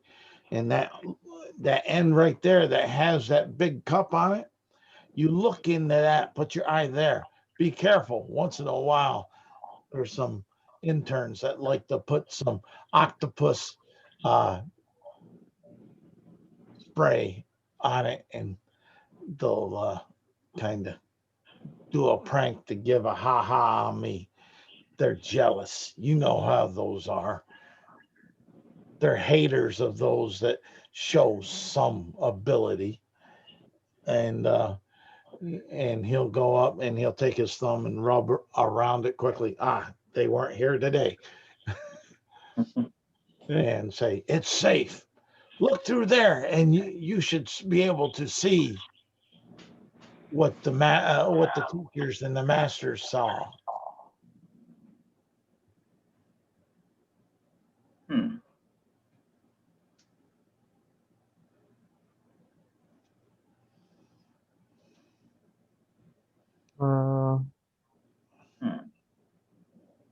Yeah, I guess I'll have a look if neither of the others step up to do so immediately. Erie does not take a step forward. Oh, okay. Whoever's looking, give me a perception check. I probably would have been looking. Let me get that. Well, when you look through there, it's just so I know how much detail I will or will not give. All right. It's a regular roll? Yeah, regular perception roll. 17. Okay. As you look through it, you'll see this large, sort of like roundish rock that has a strange green hue about it. It's torn up the ground around it quite a bit. Is what you are able to detect on with that.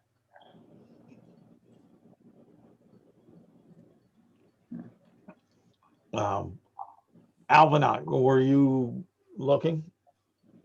Yeah, it's but it's only like what did I get, a 14 for my perception? You got a 14 for your perception. You see about the same. The large greenish hue rock split the ground. As far as that, both of you would you would be guessing that it must be about 10 miles outside of town to the, what would that be, west. Mm.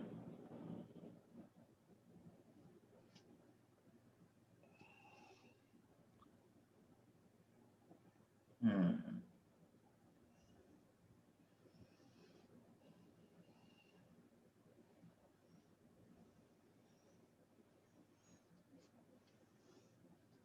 Hmm.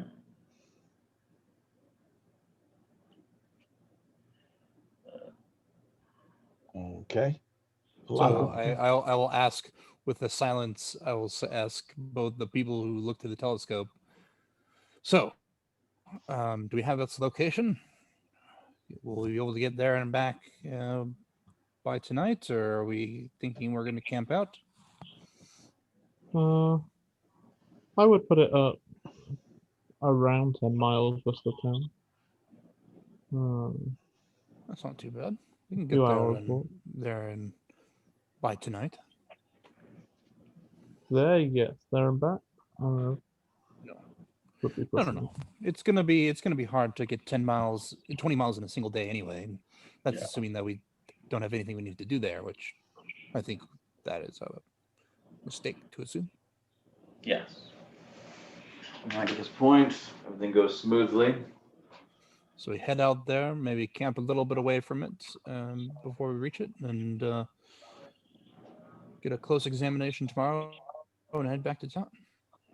Sounds good to me. Sounds like a plan. All right. All right. So you guys are going back to your rooms? I think we're actually heading out. We're heading towards that Okay. direction, You're and gonna head on out. So in the hopes of getting there before it gets getting nearby before it gets too dark. Yep, no problem. Let me knock that down. And let's see here. Yeah, I'll bring this one. Come on up there. Boom. Right there is the one. One I will kind of want. I'll share this. Boom. Share, baby.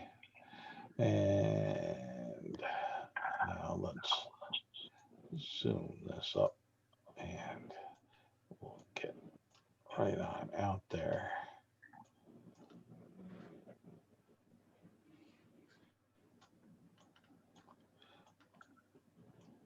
It's all blue. It's all sea.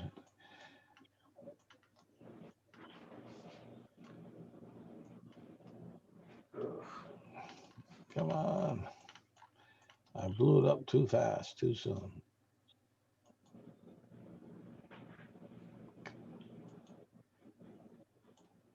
All right. Wow, I was way south.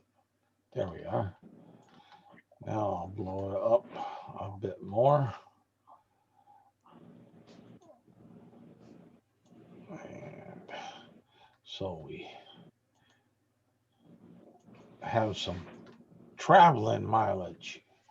So you're headed outside of town, headed west, correct? Yeah. Yep. And it's going uneventful. As I mean, it is. I'm a little winded from after about 2 hours of walking, but luckily I have a bit, strong legs. I got the hooves. You got the hooves, but not the lungs. Yep. As far as that, so you'll get out. We'll say, why don't I do this? Draw or stamp better would work for that. Stamp, and let's and since I yes, I'll use this. Oh, come on, give me this color, and we'll say it's right about there. Oh, why didn't that change that color? Boom. Stamp, and I want Oh, maybe it won't on that. Okay. Yeah, don't matter. Right there is your intended target. And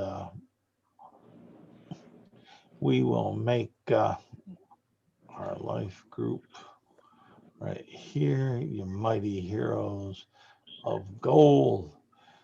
And you go through the day and you find an adequate place to camp.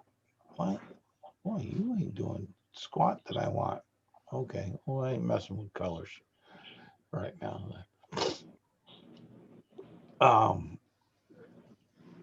But you make camp right there. It looks like a good place on the grasslands before getting into the into what looks further into possibly a little bit of low mountain and forest. So anything particular you're going to do through the night?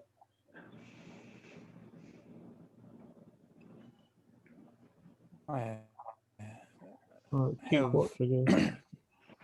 Yep, I've traveled long enough that to know that we should probably have someone keep watch, and I don't think we're at any sort of rush, so might as well make sure we all get enough sleep. And does anybody want to be first or last? I'll Or take just first. wake up somebody?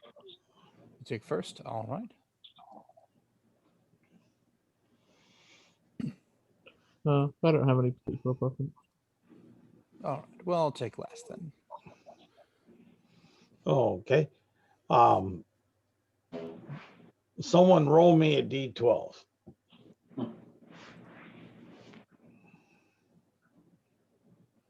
9.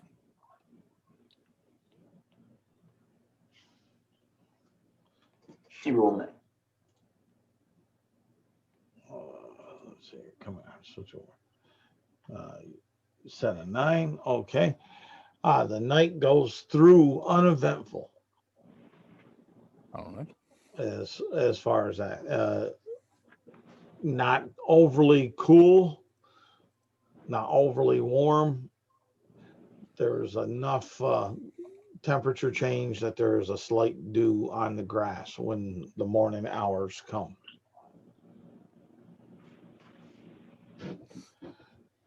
Okay. All right. Wake up everybody in the morning once it's I finished my vocal exercises for the morning. And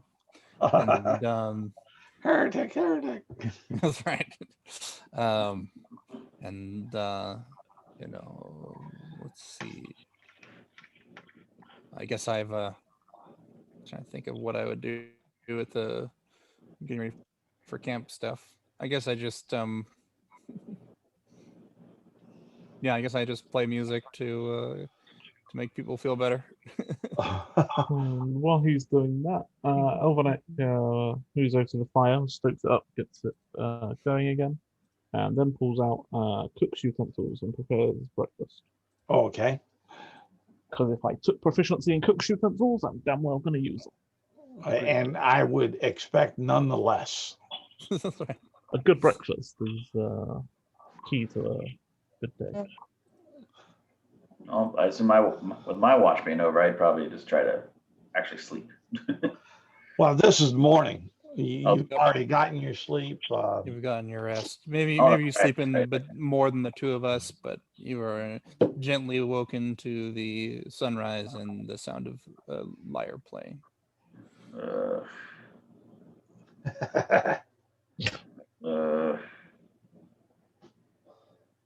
What told you about that thing? Just be glad I decided against bringing bagpipes. You're welcome to bring bagpipes. I'll introduce them to my aunt. Considering Does your axe have a name? Yeah. Well, I'll look forward to you introducing me once I have found my bagpipes. Well, Perhaps I'll need to purchase some. So, what I mean is that we are trying to sneak up on an enemy, possibly. We're trying to sneak up on a rock, right? Yes. I'm not saying that there aren't enemies around, but that there also might be allies. Either way, without certainty, I don't want us to give anything away, including our position. Fine, fine. It makes tactical sense. No, it does. It does. I just, I suppose I can do my cartography work instead. I want to conjure a plate of breakfast since his breakfast should just eat first. You have plenty of time to play once we're done.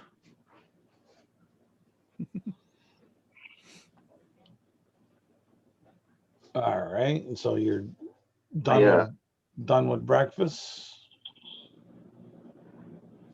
or I do my preparations. okay. Now, Alvanek made breakfast, correct? You do? Okay. Give me a gosh darn. Give me a performance check using wisdom. Can I use my proficiency from cook's utensils? Oh yeah, if you got that. Yeah. Like I took proficiency, I got a tool, so I was like, yeah. Okay, yeah, go ahead and use that. I was trying to figure out something that would make sense without not having us something like that. And Using wisdom, yeah.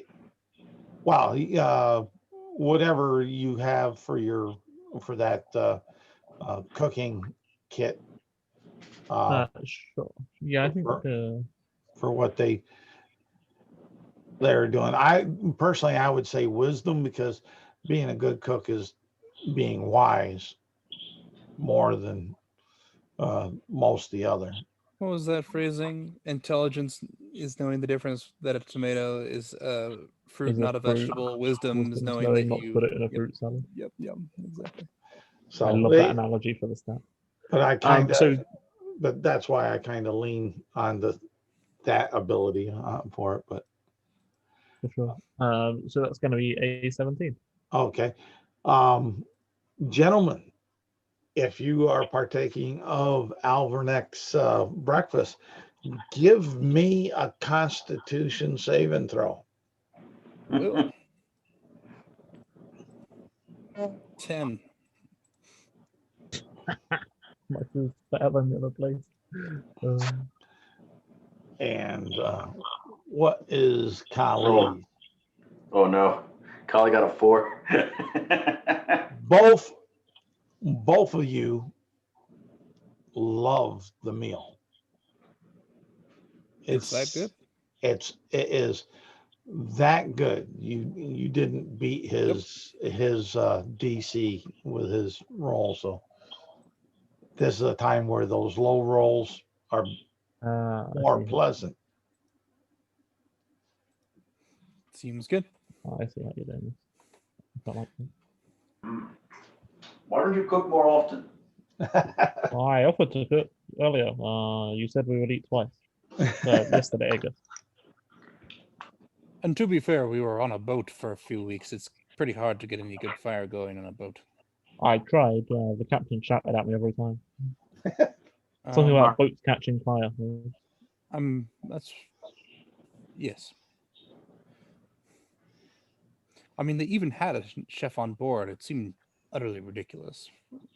But whatever. I'm not a cook. I don't know how, nor a shipwright, so I don't know how any of that works. Man,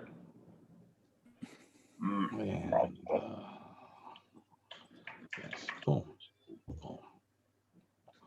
And so you're at camp,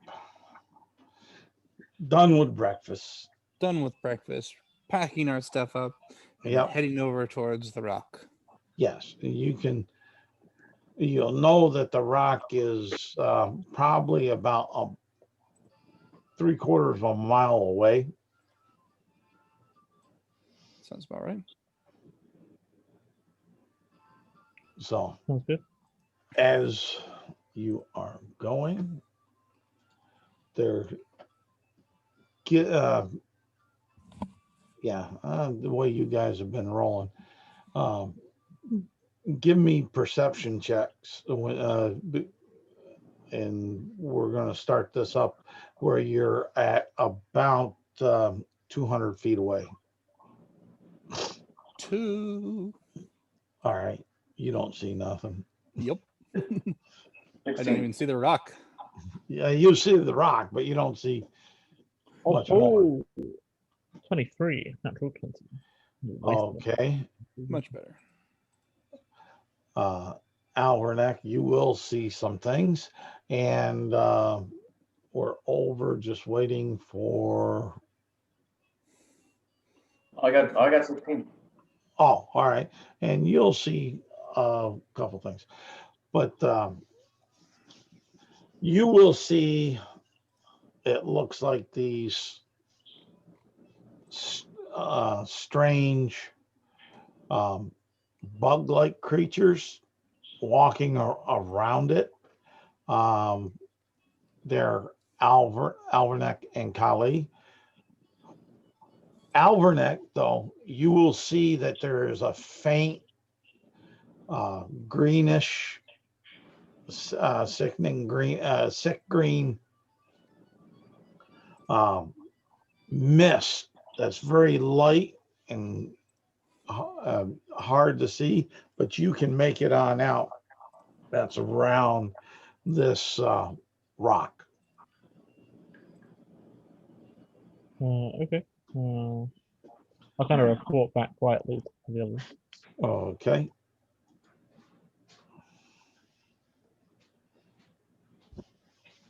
I say, do you tell me about the bugs as well, or? And Okay. these bugs are of a medium size, but you don't see the full bugs. You see what looks to be possibly like a tail here or antenna or maybe a leg out around the rock, like they're walking around or cozying up next to this impact zone. Okay. Well, it seems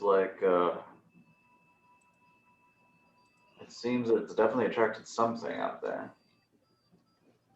Or whatever those things are came with the rock. I say, well, I do have a little bit of magic in my voice that Militus blesses me with. I could try to convince them that we're friendly, or at least one of them. Yeah, I mean, assuming you speak the language that they also speak, sounds like as good a start plan as one. I can't really see them very well. How many are there? There's 4. I'll Okay. let you know. Okay. Yeah.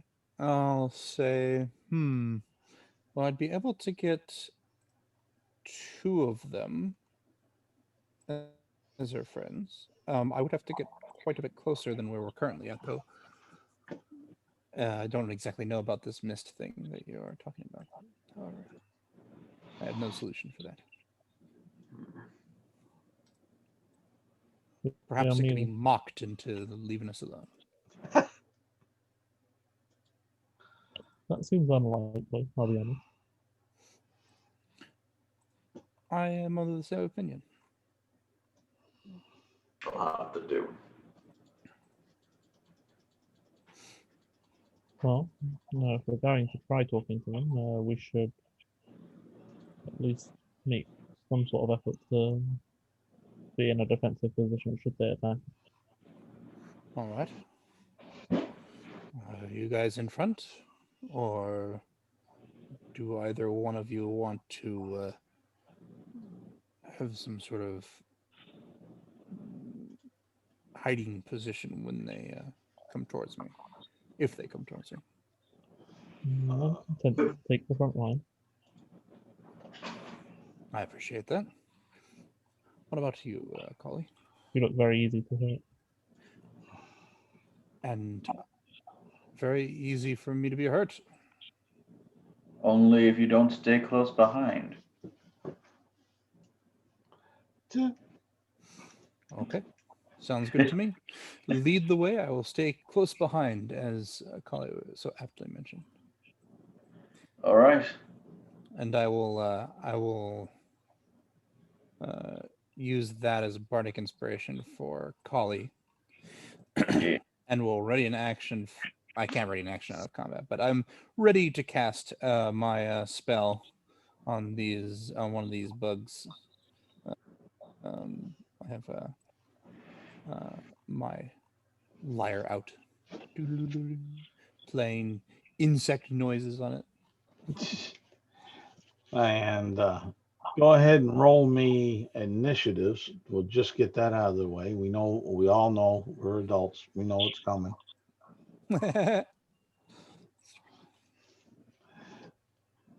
As far as that, What is my dex modifier? you got a 5 for initiative? I did. Wow. How did you get 5.14? That's a setting to help with ties. Jack of all, is it to do with Jack of all trades? I don't have jack of all trades at first level. That is true. No, it's basically what his dex is. That's my dex mod, or dex score, I mean. Yeah. No, I actually have a modifier of plus 512. Not in this game. I know. Not at this level. Bring it on. I got a 5. Oh, you got a 5. Okay. Well, I What's got your 17. You got a 17? Okay. What's your dex there, Collie? It's actually a 10. So it's 0. Oh, okay. So we'll put you after Erie. And let's see here. We got at 17. Okay, good to know. Type thing. So you're playing your lute, giving bardic inspiration to Kali. The inspiration was actually me speaking to Kali, but yes. Okay, so the lute is for the component for the spell that I'm going to cast. Okay, and what's the range on the spell? 30 feet. 30 feet, and you're at 200 at the moment. So are you waiting to move up? I am exactly behind the squares that Kali and Alvanek are. So I'm the 5-foot square behind them. I'm honestly imagine I'm touching one of their backs. Okay. So how close are Kali and Alvanek getting, I guess, is what I'm... Close enough that he can cast the spell. Okay. 25 feet from the closest bug, then. All right. Since as you come on up, and let's see here, I'll give Alvanek,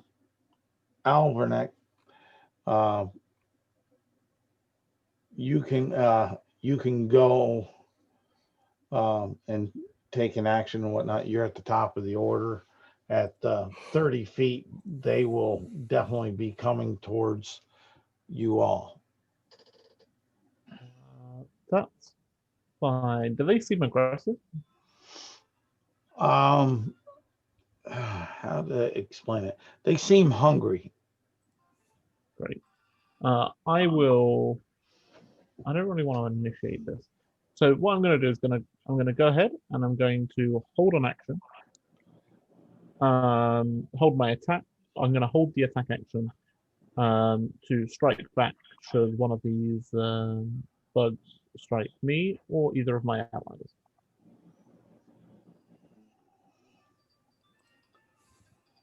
Okay. Let me see here. All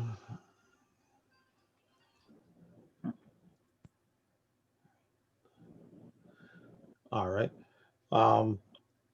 They will. You have chainmail, right? I do, yeah, and a shield. And a shield. And the composition of this stuff is iron, metal, steel. Yeah, standard kind of equipment. Okay. And the same with Kali.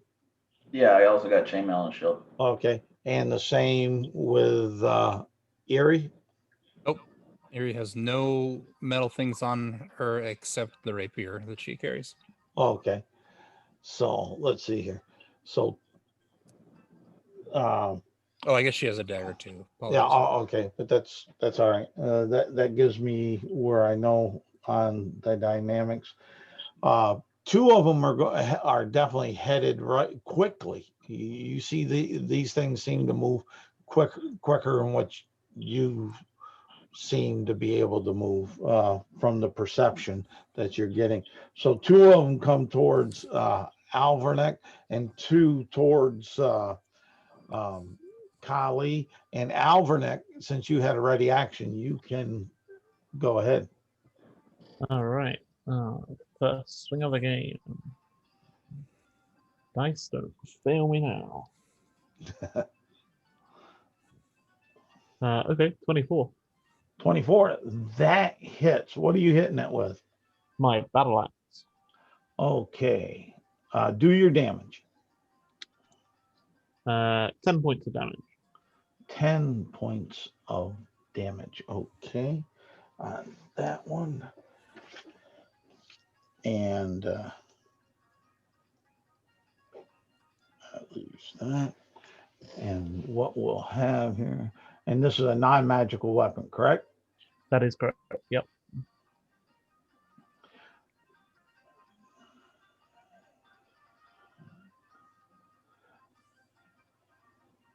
Okay. You see that there's a strange greenish after you hit it, a strange greenish, almost like corrosion on your battle axe. You take it takes a -1 cumulative permanent to dealing damage on it after it hit the Okay. creature. And let's see here. Right, and I'll put up another one, and the two will attack you. And let me see, does that go ahead, and on their bite attack, it's a +3. So we have, does a 18 and a 12 hit you? The Alverneck? 18, yeah, the 18 does, the 12 does not. Okay. And on the 18, take 5 points of piercing damage Okay. from the bite. Yep. And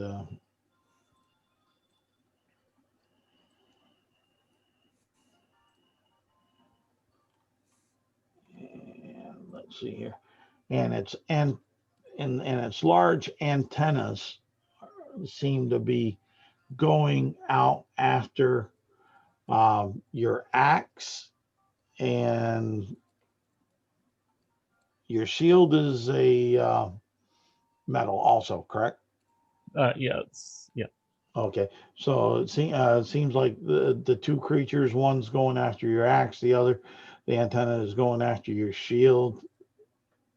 As far as that, and now let's see here, Kali. Let's see here. Ooh, 2 18s hit you. I believe they match. Yeah. Okay, so you'll take 10 points of piercing damage, and those Oh, two. actually, What? dang, I forgot something. I'm sorry. Okay. Actually, what I would do, because they do match, I would actually activate my my Shield of Faith to Shield of Faith's a actually bonus action, right? the reaction. Actually, isn't it? Shield of Faith or Shield? Shield of Faith. I don't think Shield of Faith is a reaction. Oh, it's not. It's not a reaction, right? I get it. Yeah. Never mind. Never mind. Okay. Taking all of it. Yeah. All of it. And the two that are on you, their antennas are going after your hammer and shield. It was for 10 total, right? Yep. I think I'm down. Get out. We're level That's 1 all. characters, Charles. Well, yeah, but still. Because like it's because I have it was a 1d8 hit die, and then Okay. I have like a 14 Constitution. Holy Yep, shit. I would drop with a 10. That's for sure. Oh, okay. Then what I'm going to do is there's only one on you, and there's only two creatures. I mean, Yeah, I'll be honest, I was starting to worry when it did 5 points of damage to me. I'm like, that is me almost bloodied. okay. But as far as that, so you'll only take 5 points of damage Okay. as far as that. Yeah. Boom, boom, boom, boom. That in fact, let me scratch those off. And the one that is damaged there, that is them. They're just moving around trying to get at you. After them is Erie. All right. You're seeing this. Oh, no, Kali hasn't acted yet. Okay. Yeah. Go ahead, Erie. So Erie's gonna kind of scrape her nail against, or maybe her horn actually, against the lyre to kind of give this like kind of reaping, kind of sound when you kind of like rub the two serrated things together. Okay. Kind of toning it with the fingers, getting it just that insectoid sound, and kind of makes a motion with her hand and targets one of the ones that hasn't been attacked, so the one that is on Kali. Okay. And so a few things need to be true. Its intelligence needs to be 3 or lower, and it needs to be a beast. It's not a beast, but it is intelligence lower than 3. Okay, so I cannot target it with this spell. So that is what happens. Okay. Top. And that's what You I'll doing do. anything? Well, actually, I will then say, I will say, they might look like bugs, but they are not. Also, the good news, that means they're probably not poisonous. And I will use bonus action Bardic Inspiration for Alvinac. Okay. And with that, that'll bring us up to Alvinac at the top of the order. Actually, Kali has not acted yet. Should be I haven't gone yet. Oh, Kali, yeah. Over to Kali. My bad. I'm That's getting excited here. Getting excited. I know. All right.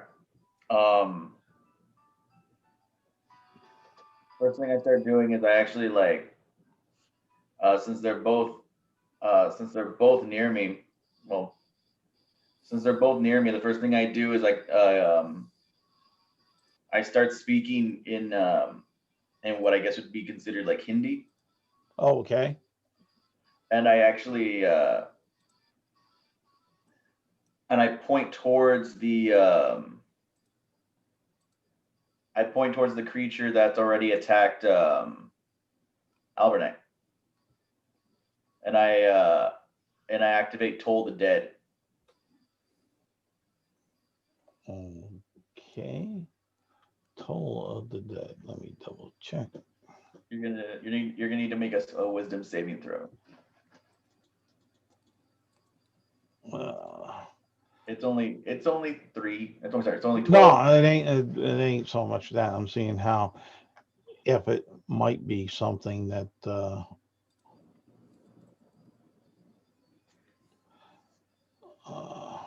it's not in this book, is it?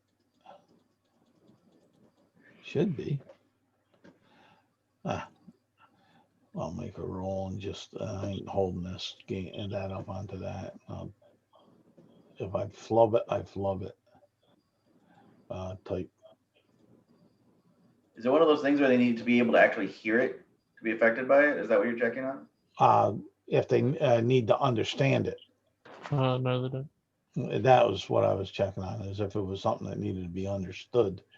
And they made you said wisdom. I better check, see if they got a negative modifier on it. Oh, no. Okay.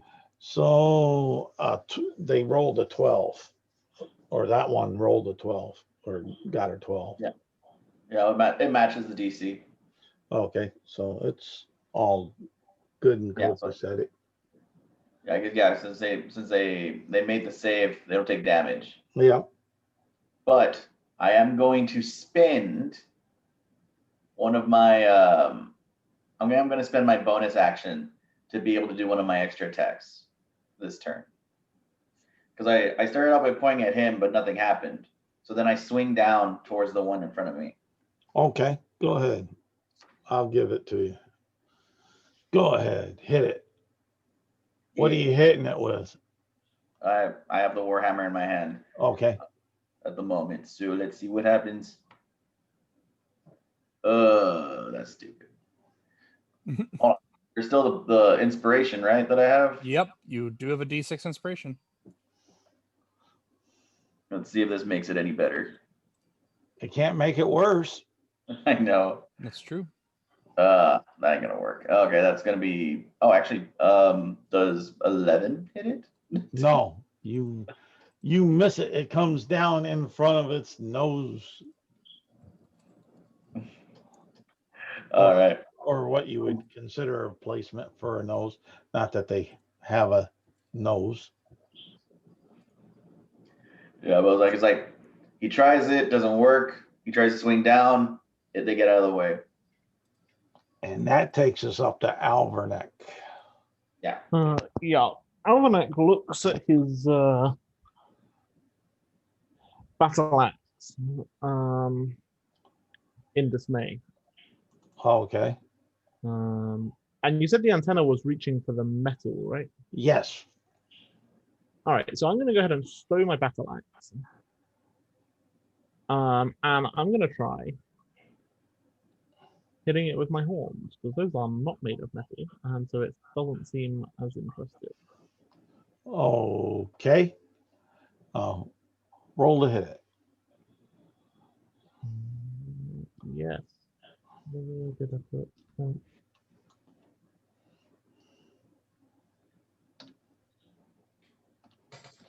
What do we have here? 19 to hit. That hits. We're going to be dealing plus 3. It's going to be 5 points of damage. All right.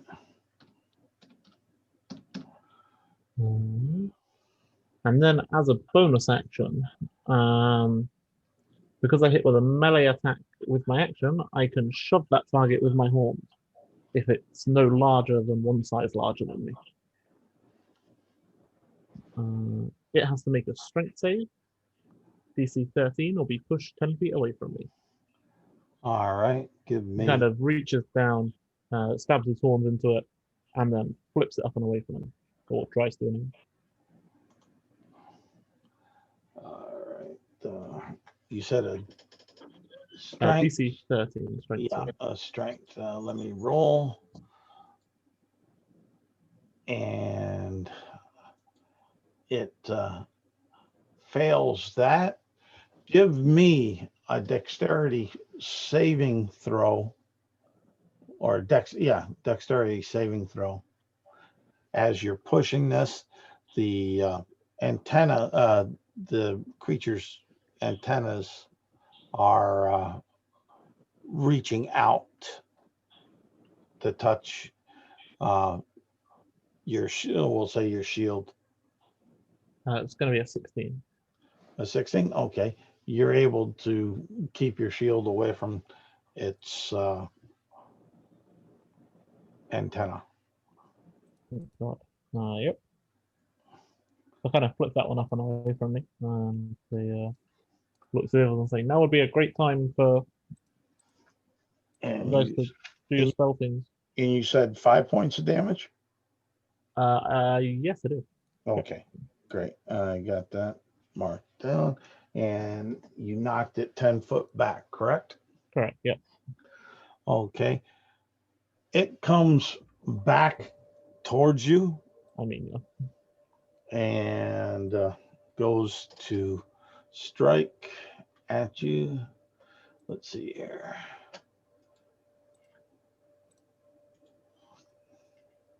Ooh, a 19 hit.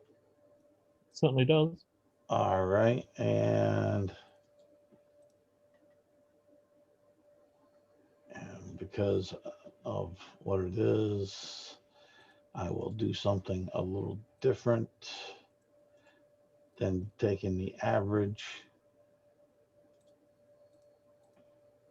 on this, because I really didn't think that these would be that brutal to you guys, even at first level.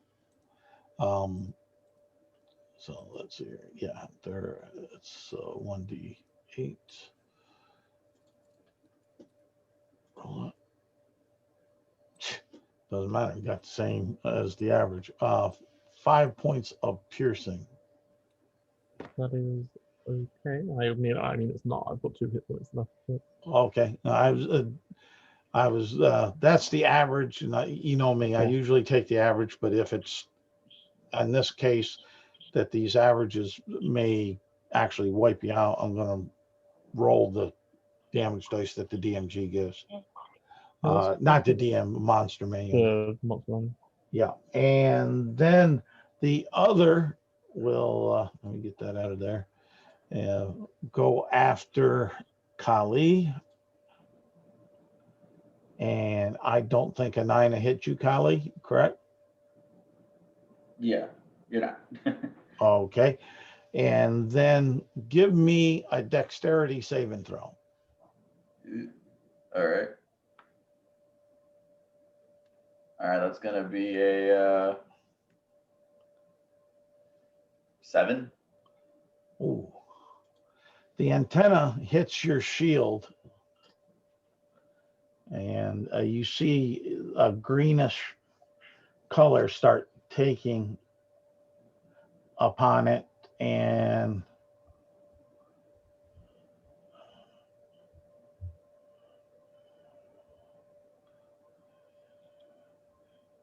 your armor class due to the shield is down 1. Your shield is corroded and has a permanent -1 penalty to AC. Okay. As far as that. And so that's all their actions. So that goes to Erie. You're up. All right. So Erie is looking at these things. You guys seem to be having some issues. It's eating all your metal. And so Erie will look at the one that is unhurt. Let me just say, okay, and we'll whisper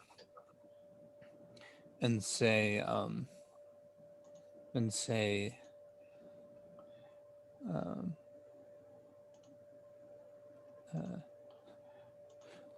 Unnatural creature. This May is, all. This is towards the one that's with a collie, I believe. oh yeah, but this, what I'm saying is this, what I'm sharing with you is what you see. Yep. Yuri says, unnatural creature, may be cursed to have all your food be already rusted. And the creature needs to make a wisdom saving throw. Okay. Let's see here. And I believe that's yep, that's an 8. That fails. Okay. So I'll roll for damage. Okay. 14 psychic damage. Damn. And this was on the one that was, Attacking collie. yeah, but undamaged. Undamaged, yeah. That's And what it must use its reaction to move its full movement. It burns its reaction and moves its full movement away from me. okay, you're behind them by 5 feet. Okay. So that's it moves back from you. It would be 40 feet, but it's about 30 feet, about 30 feet from the other two. Okay. Does I collie bel- want to take an attack of opportunity? Yeah, Or okay. both of you, I guess? Since we're If, close. if you guys want to, go ahead. Yeah, absolutely. I'll hit it with my horns again. Well, you're going to attempt to. No, he is. Yeah, so I believe in myself. I'm gonna go ahead and use my bardic inspiration All right. because you see, somebody else believes in me as well. That's true. I do believe in you. All right. I'll go for the attack. We're looking at a 23 with the bardic inspiration, which was a 6, by the way. So excellent work. Glad I can help. All right. So 23 hits. What's the damage? Damage on that is 7. Okay. And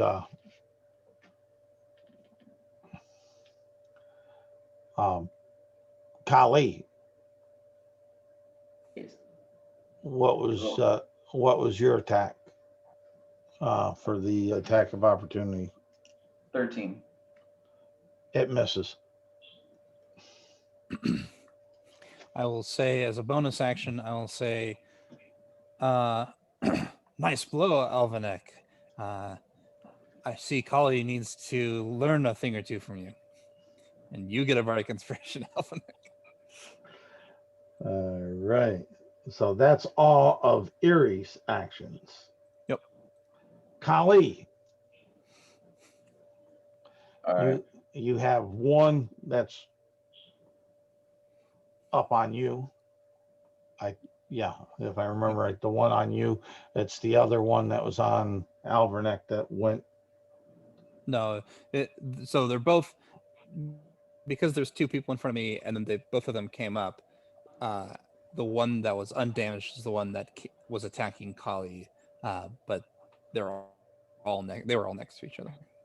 Yeah, but the one that was, there wasn't one undamaged.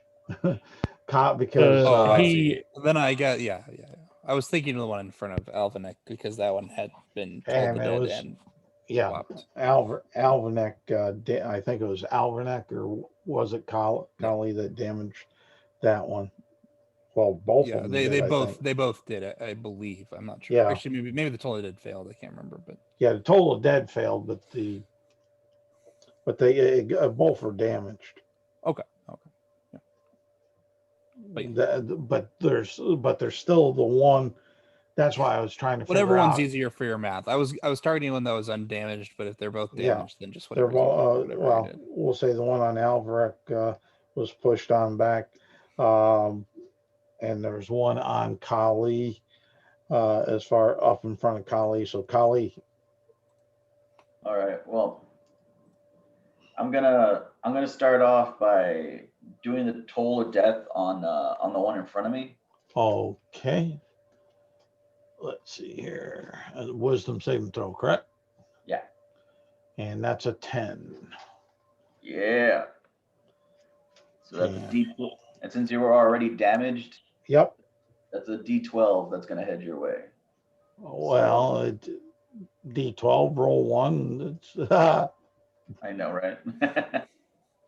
It is a D12 that's set in your way. It just might be 1 damage. Yeah. It's gonna be 8 necrotic.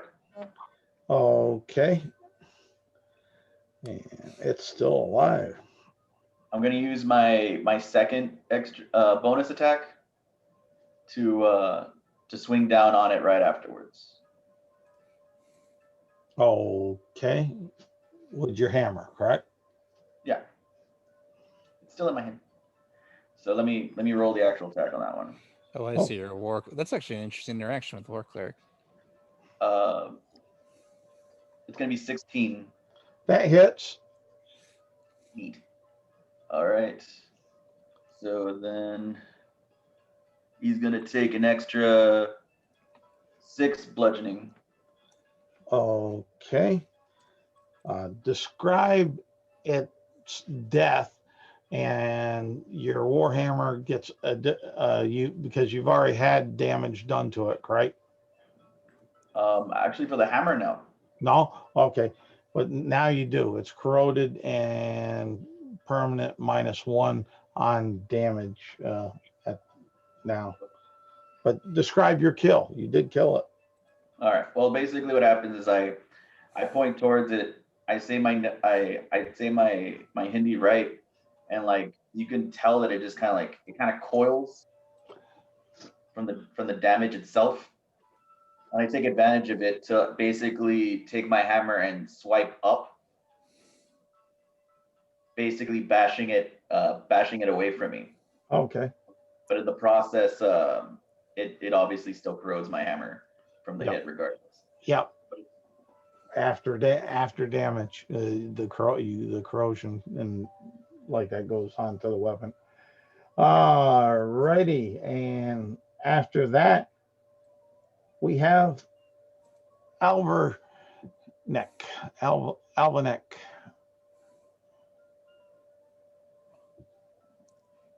You're top of the order. Yes, I always find it's helpful when I switch my microphone on. It allows you guys to hear me better.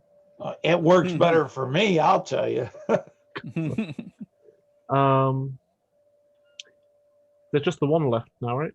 Yes, that's 30 feet from you.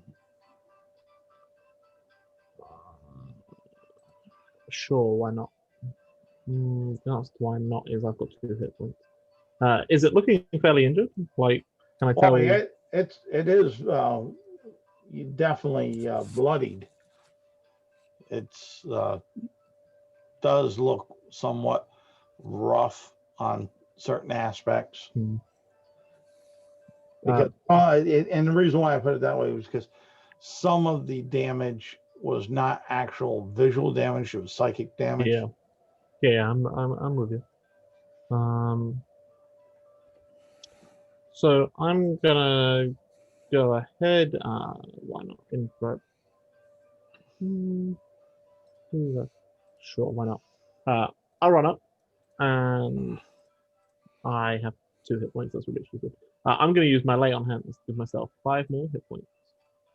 Okay, that's fine. Because I don't want to run up there and get knocked unconscious because I don't know what spells these 2 guys have got. We had a minotaur. Like I said, we had a minotaur before that did similar things. Yeah. I remember you saying that's why I'm using the lay on hands. God bless his tarded soul. That's right. Yeah, so that's my action. So I don't have a bonus action yet. All right, so it comes, and since you're the well, no, you're still there and there. So it's equal distance between you and Kali. Roll me a d4. Kali, it'll be 1, 2. And I only need one of you to roll it. and 3-4 for Alvernick on who it decides, because you both have tasty tidbits on you. You can go ahead and roll it. Then. Ooh, a 3. So that is, oh, no, that's not think- that. I think it's Kali. Well, no, I don't see the roll. Oh. I don't see Kali's roll. I see a D8 that got rolled that had Oh. 3. I was rolling the D4? Okay. Give me a sec. Sure. 4. 1. You're late. All right, 3-4. So it comes on to Kali to Oh. Right. Okay. I did just kill the other one. It makes more sense. and Some sense. and let's see, do we hit? Does a 12 hit Kali? Nope. Okay. Kali, make a dexterity saving throw from the antennas swinging around trying to find a piece of finger food. 12. A 12. I think that's good. All right. Let me see. Yes, it is. It's only a DC 11, so it just barely misses. And then that takes us over to Erie. You see this one that's surviving, that came rushing up hungry. It is famished and it is sore, hurting. And I say,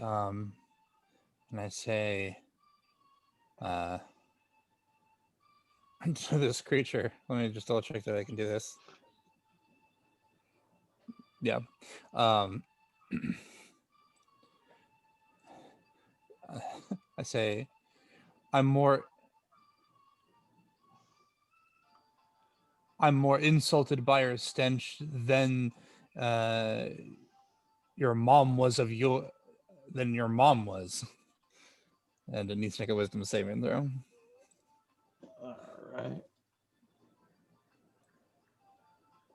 Okay. A 9. That fails. It takes so much damage. It takes so much. 2. Okay. And it hisses That's right. back at you. That's right, it does. That's what I'll do. Actually, hold on. Can I do this? Yeah, I'll stay where I'm at. That's fine. Okay. Kali, you're up. All right. I took a look at him. I go once again for Toll the Dead.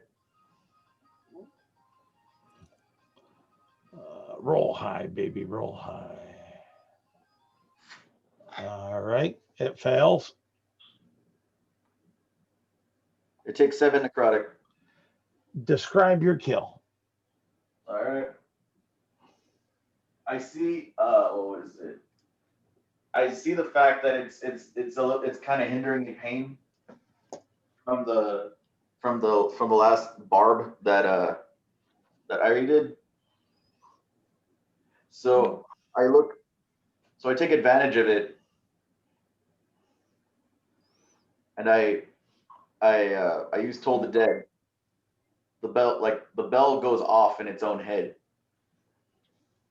And because of everything it's distracted by, I can't even fight it anymore. And you see kind of like the way that it corroded my shield, it kind of feels like it's corroding itself from the inside. Just like slowly decaying. Okay. Before just breaking apart. All right. I'll buy that one for $1. The necrotic damage, I'm not really sure. That's like necrotic damage. It's vague, but yeah, seems good. And we are basically out of initiative. Yeah. So Okay, what so- are you guys doing? Avanak looks at the others and says, "I tell you what, it's a good thing there weren't another two of those things, or we'd have been in trouble." And they're only CR half. Yeah. I say you're right. That is a good thing, but I'm a little concerned about this green mist. I know my heritage allows me some protection over certain effects, but that looks like the kind of mist that makes people very sick, and I'm not very good at that sort of stuff. Um, Darn do you. one of the two of you want to try? I can I can give you some Well, advice. So far, the green mist that we've seen seem to be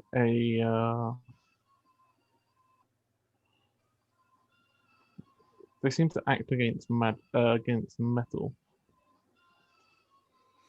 Okay. Well, I guess in that case, I don't have much metal on me. I can just take my dagger and rapier and leave it with you guys. I can, yeah, you can hand us your metal weapons so it doesn't get damaged. And you guys are still, what, 30 feet from it? Yeah. Yep. So I have an I'll idea. kind of set him down back behind me and say, okay. I have an idea. Yeah. Any of you got rope? Yeah, I've got some. All right, I'm gonna put this around you, and like, because the thing is, in the case that we're wrong. Yes, if I start vomiting up my own lungs or whatever, We'll be able to prefer- drag you up. Yeah. And at least I'll be able to heal you from this side. So right, you'll be right. good. Okay. So clear. Kind of hop onto each foot, and I'll just kind of I think I will actually move slowly up to the rock. See if anything happens.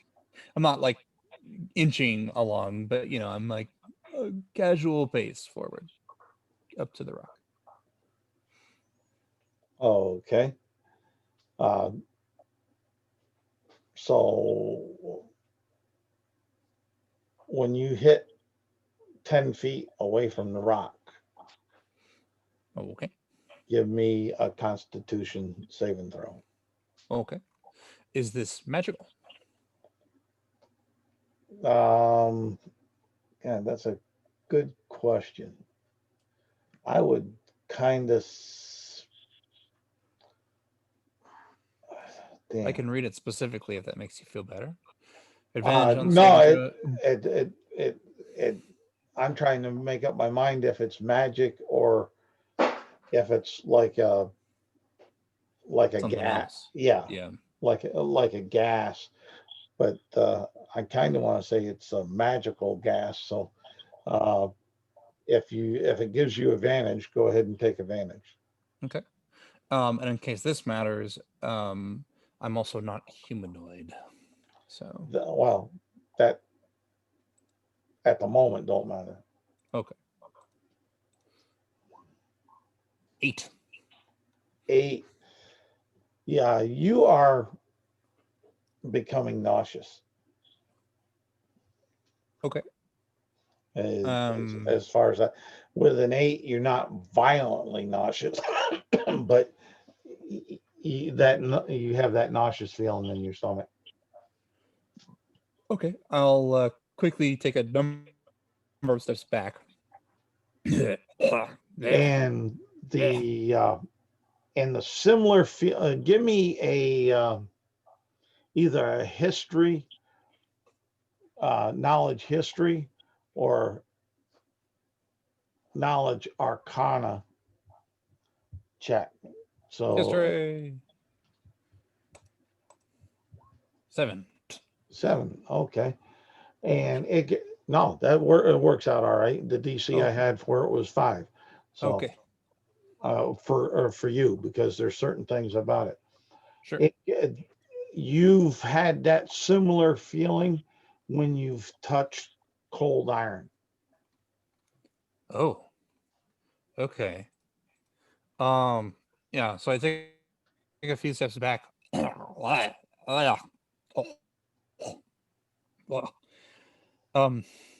That's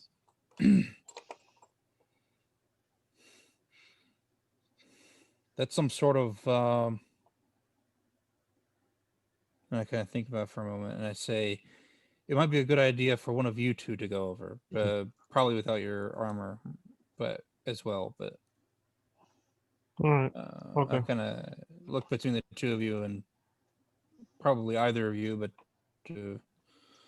whoever thinks they can pull the other one back. I can do that. Plus, I'm the only one that could stabilize him in case he dies. Yeah. Right. I don't think he will, but if you start feeling sick, let me know. Just If I take a start few feeling steps back. sick, I'll step out. Yeah. All right. Would one of you mind helping with the straps on the armor? Yeah, I got it. I'm proficient in this armor. I know how to do it. Yeah, I do not. Not Those invisible you hands. still would have. be I handy believe you right still. Yeah, exactly. I believe actually you still have bardic inspiration, right? I do. Okay. It only lasts 10 minutes, so I don't know how fast you can doff two people, but We'll say Oh, we'll say 5 minutes. all right. I believe it's 10, but let me double check. And then you got I'm help. checking right. I actually have it right here, ironically. Yeah. Heavy It's- armor is It's 10 it's minutes. heavy armor is 5 minutes with one person, and medium armor is 1 minute with one person, and two people cuts the time in half. Well, that's what I was going with the hat. Is it 10 minutes to put it on? It's 10 minutes to put on heavy armor, but 5 minutes to take off, and then with two people that take it reduces it in half. Yeah. So it's with that. less than 3 minutes. Yeah. with the two of you. Sounds good to me. So your armor's off. There's no issues with that.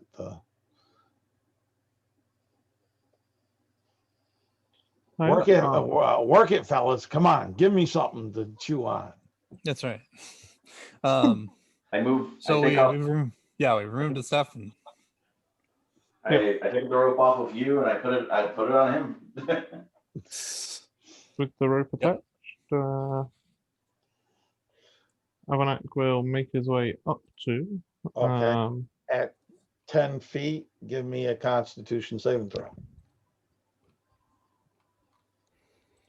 I am fairly hearty, so we'll give this a go. Hold on 1 second. Bless you. Excuse me.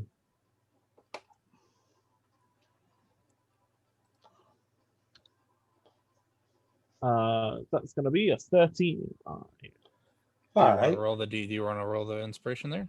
Yeah, I don't think I'm going to need it. No, you're not. So we'll go. Yeah, we'll roll it anyway because it's going to run out fairly soon. Okay. So 17. Okay.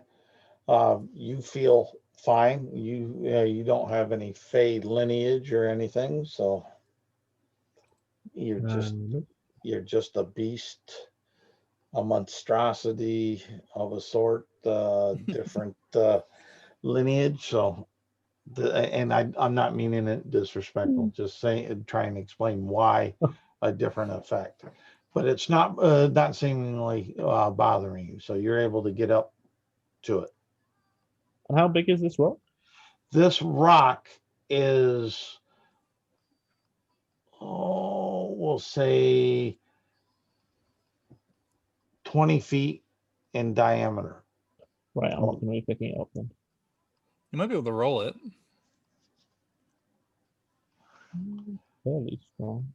I don't know how strong your character is, but Reasonably about as strong as you would expect the first level paladin to be. well, you might have powerful build, but I don't know off the top of my head. I don't think I do. Yeah. I will.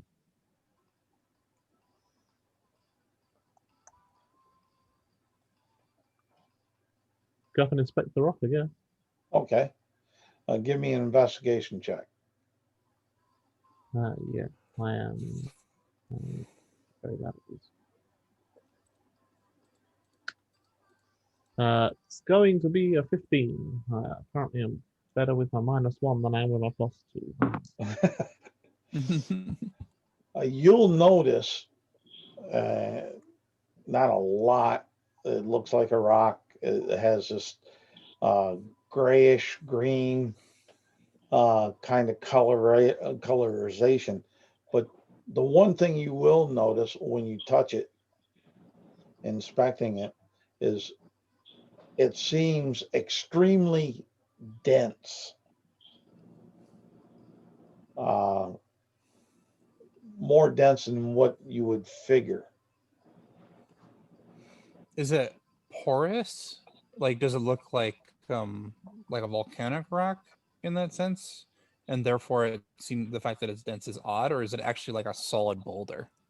It's kind of like the solid boulder. There's very well, if you had a better investigation, I would have said very small pores, but it's very, very dense, compact, almost asimilar to adamantine or gold or platinum.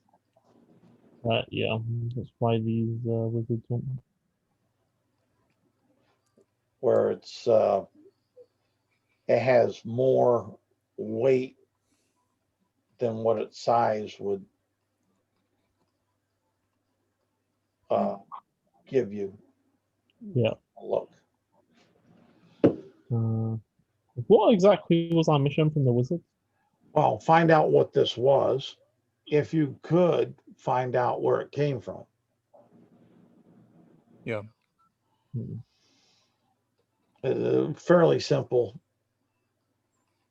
Just a fact-finding type mission.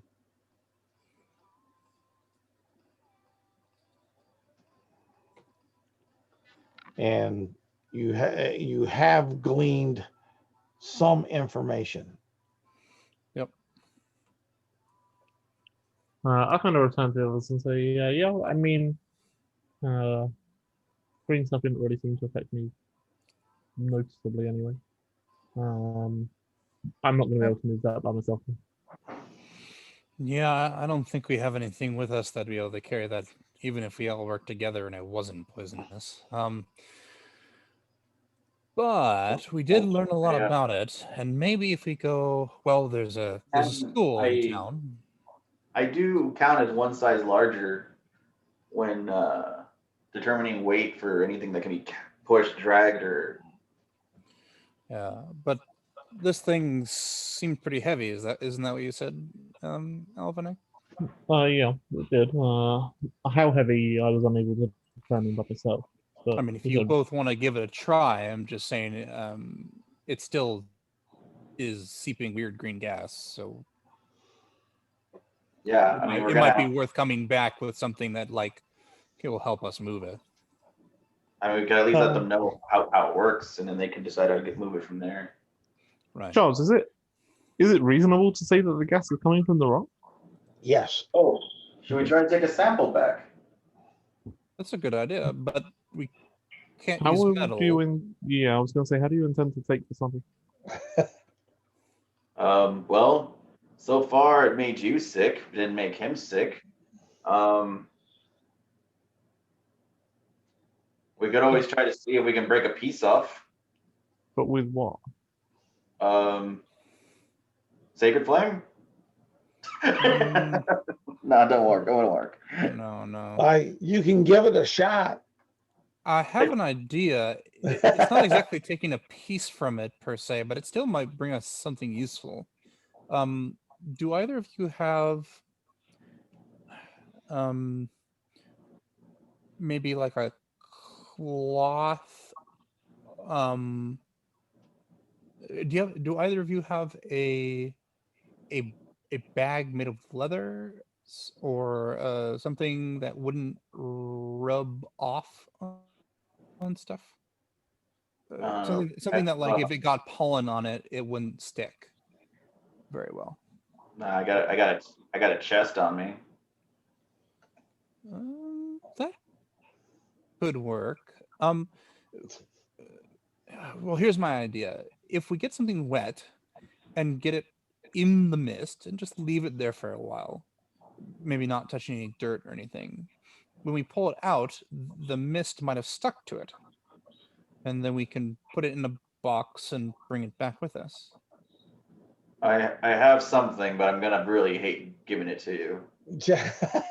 Well, I suppose the alternative is to see if there's any residue, something on its surface. Rather than waiting for the mist to kind of stick to it, we could rub it on it. But either way, we're talking about something that will likely have that metal dissolving property. So, All right, well, here's some vestments and some water skin.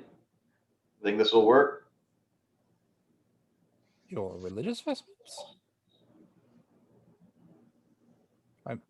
I mean, I feel like those are pretty important to you. This from the heretic.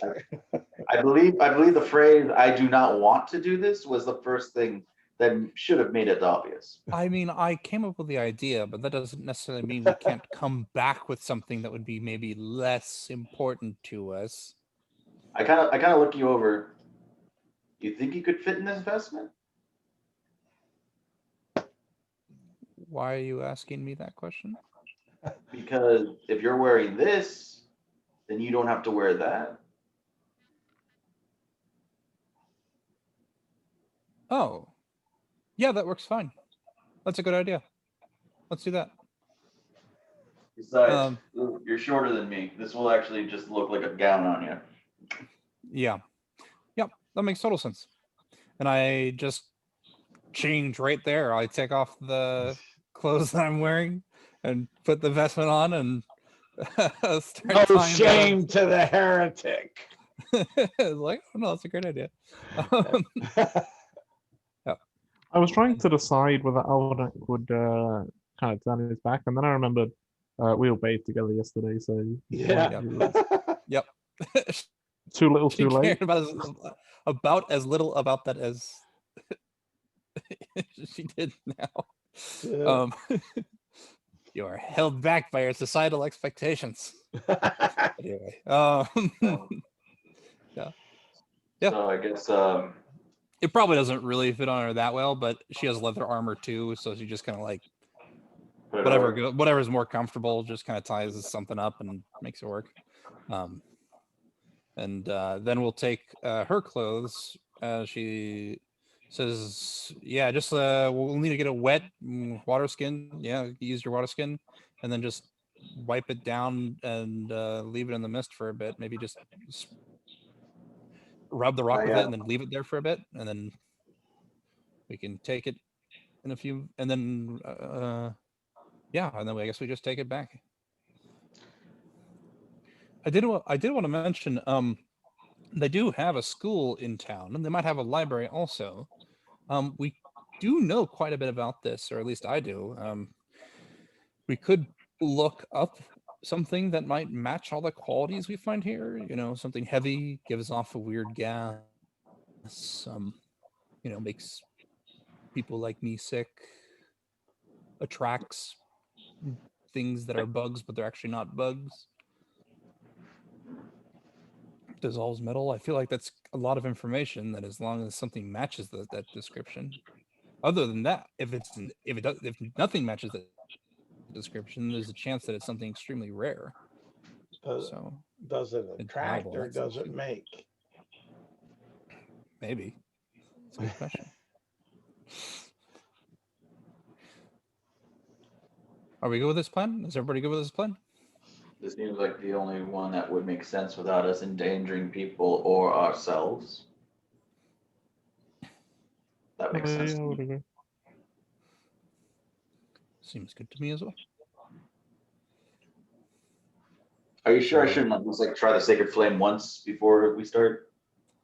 I mean, sure. I mean, I kind of don't want you to do that, but I don't think it'll be a problem. No, my God, stop!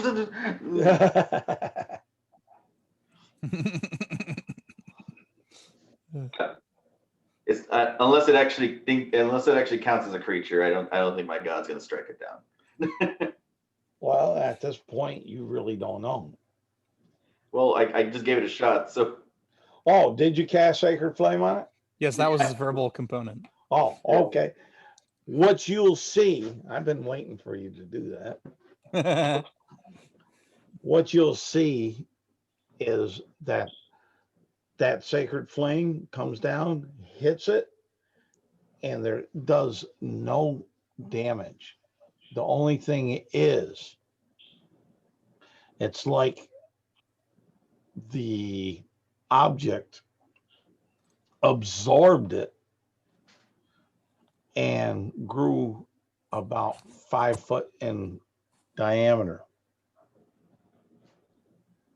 oh, that was unexpected. That seems bad. I kind of look and I'm like, is it the fact that your god did it, or was it the fact that it was magic, or was it the fact that it was sunlight? Because the third one's really bad. Either way, it's now probably heavier than before, which makes the carrying idea even worse. On the other Yeah. hand, Well, we yeah. could just grow it back to town. Like if you just keep casting Sacred Flame on the bit that grows out, we can just grow it all the way back to town.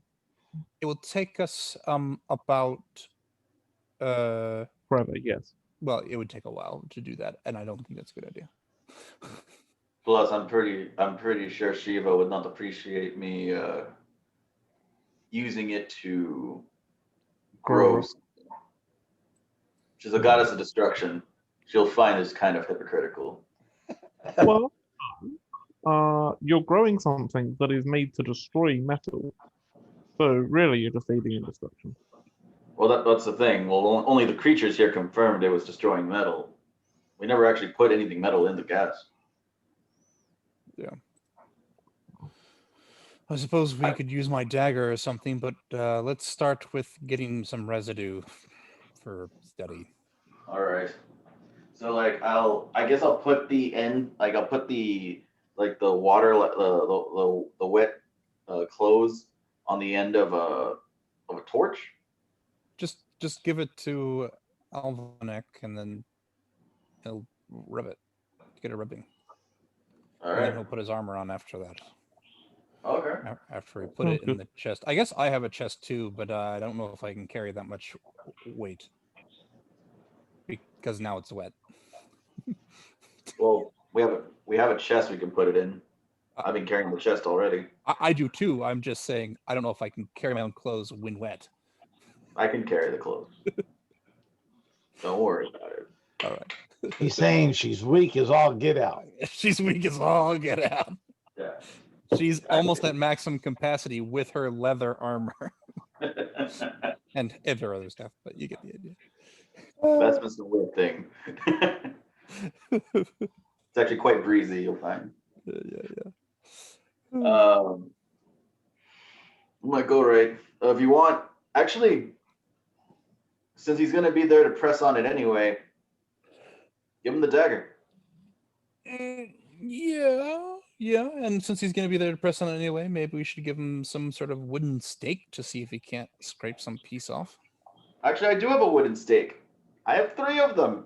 Why do you have a wooden stake? Because I have a Monster Hunters pack.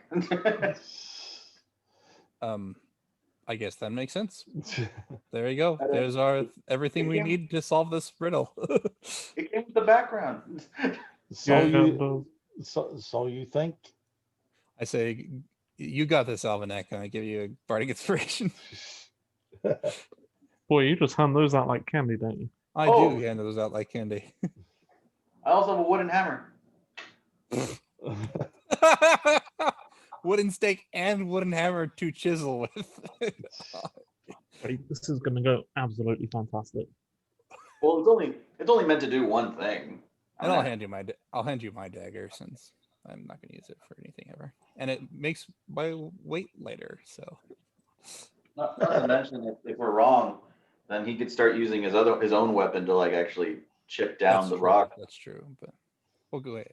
What Actually, happens? no. Let me just What do grab you your. do? What happens? Let me his weapons and all are still over here, so Yep. Yeah. we'll toss them over there if he needs it. Sure. Or whatever. You toss my weapons into that mist and they get dissolved. You better hope you can run faster than I can. All right. So we hand you a wooden hammer, a wooden stake, a chest, a set of wet clothes, and what was the last thing?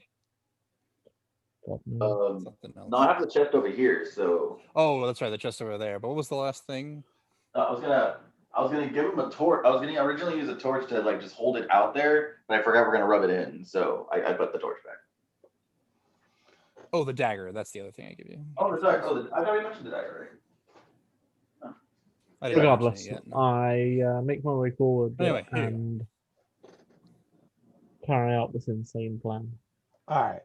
What explain to me step by step on this what you're doing on this plan. What parts of it is what I'm trying to get at. And All right. and when, so I can then go for the color on the aspects. So I think the first thing that you wanted me to do is collect the mist with the wet clothes.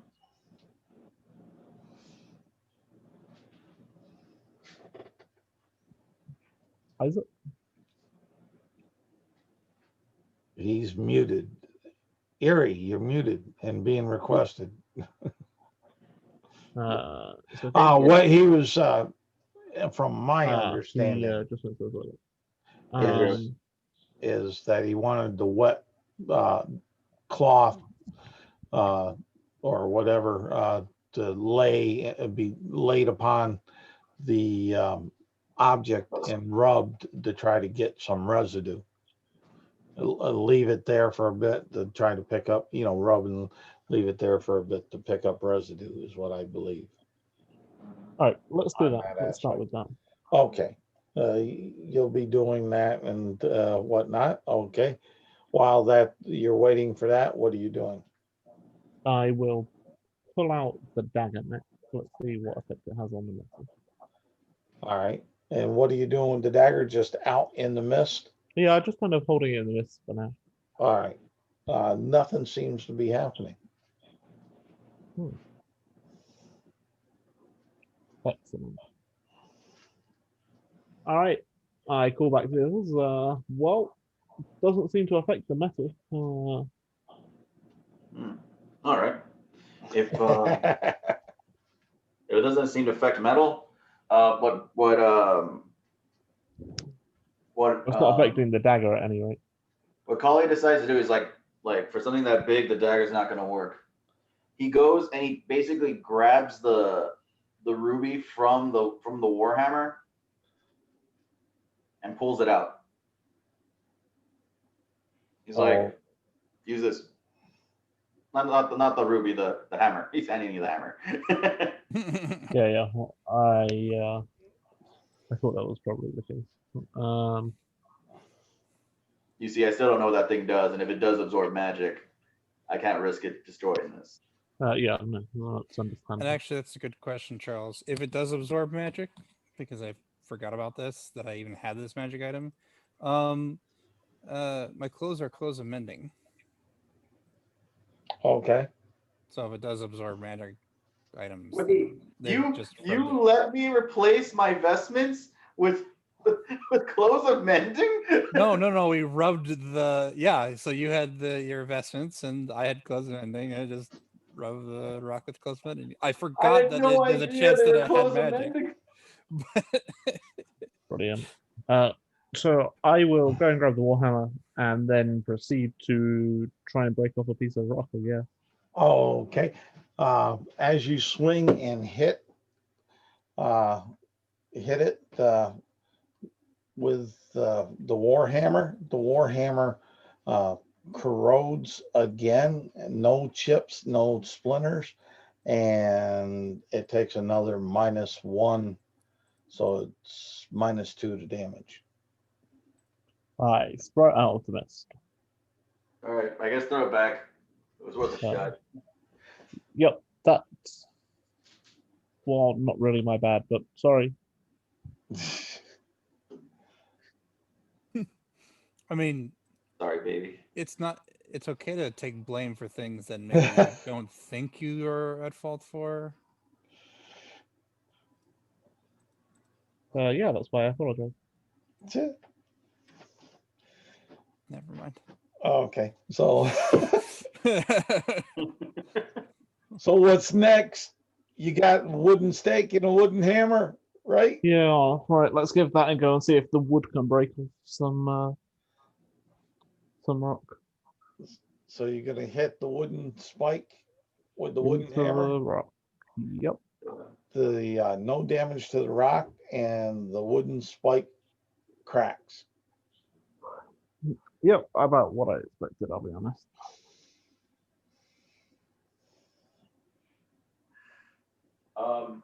I want to make.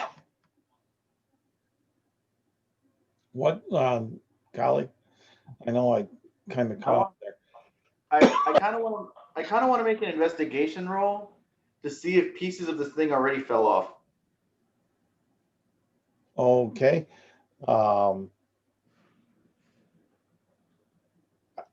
Two things. Describe to me how you're making an investigation roll, and tell me how close to it that you're getting.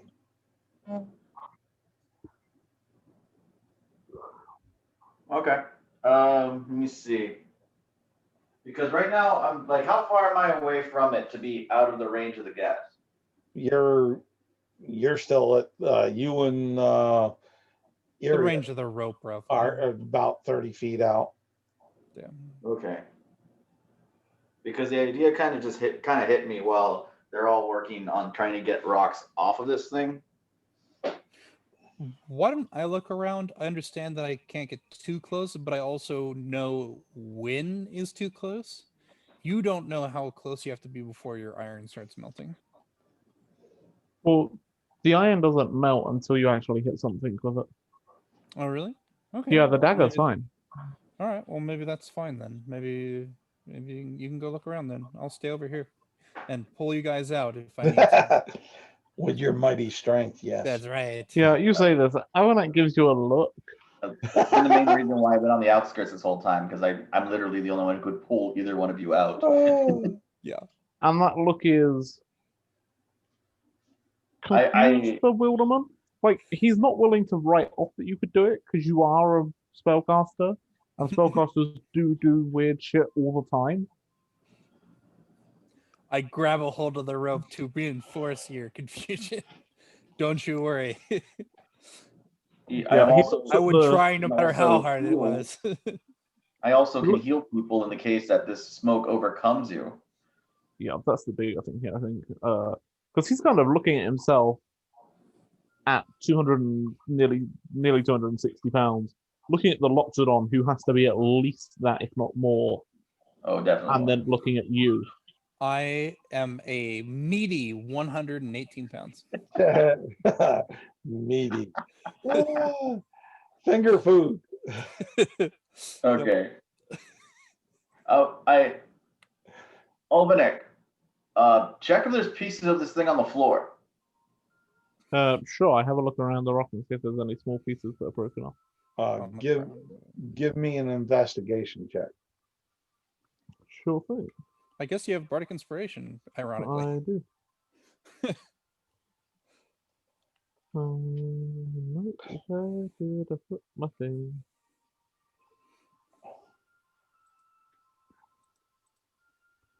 $20.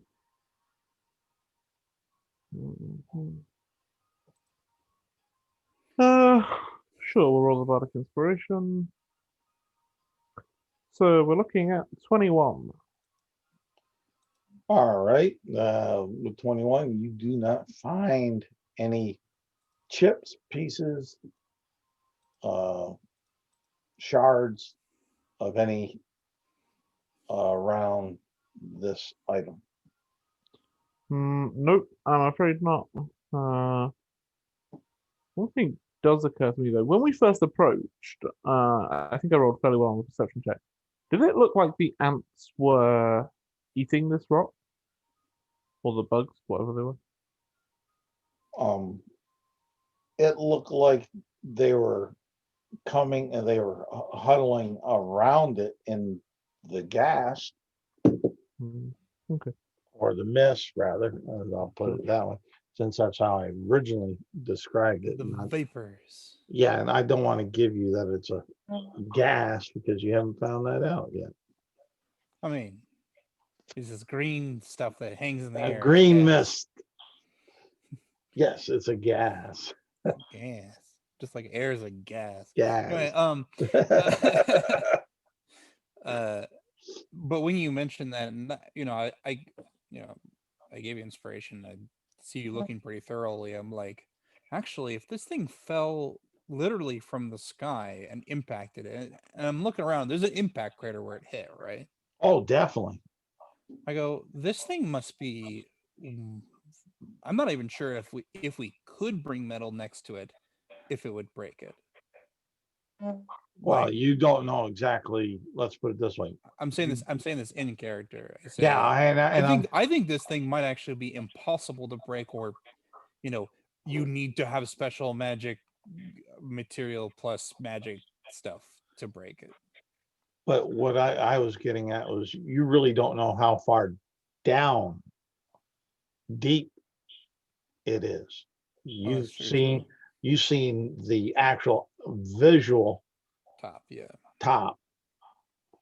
We haven't been able to push it or anything, which I Yeah. suppose we could do or try to do with 2 people. But now that it's 5 feet wide, bigger in diameter, it's gonna be harder. Up to you guys, but I don't think this thing can be broken. I think our best bet is to hope that there's some sort of dust or residue that comes with the mist that we can use the the clothes with and look up what this might be. Yeah, I mean, we can, if we can't find anything, we can always take it to the wizards and let them know.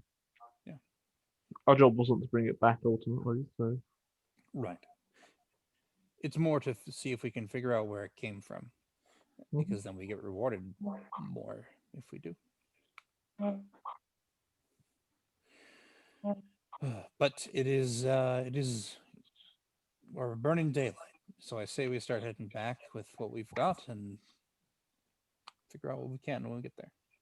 All right, we'll put the clothes in the chest, and we'll go from there. Sounds good. Yep. Do we want to bring back any of the creature with it? That's not a bad idea. Maybe its antenna, since it's so unique. Maybe. I'll grab it. Okay. Now, where are you putting it? That's a good question. Not gonna put it in anything. I'm actually just gonna carry it. Okay. I don't think there's anything else I need to carry. Everything else will be on my bag or on my belt.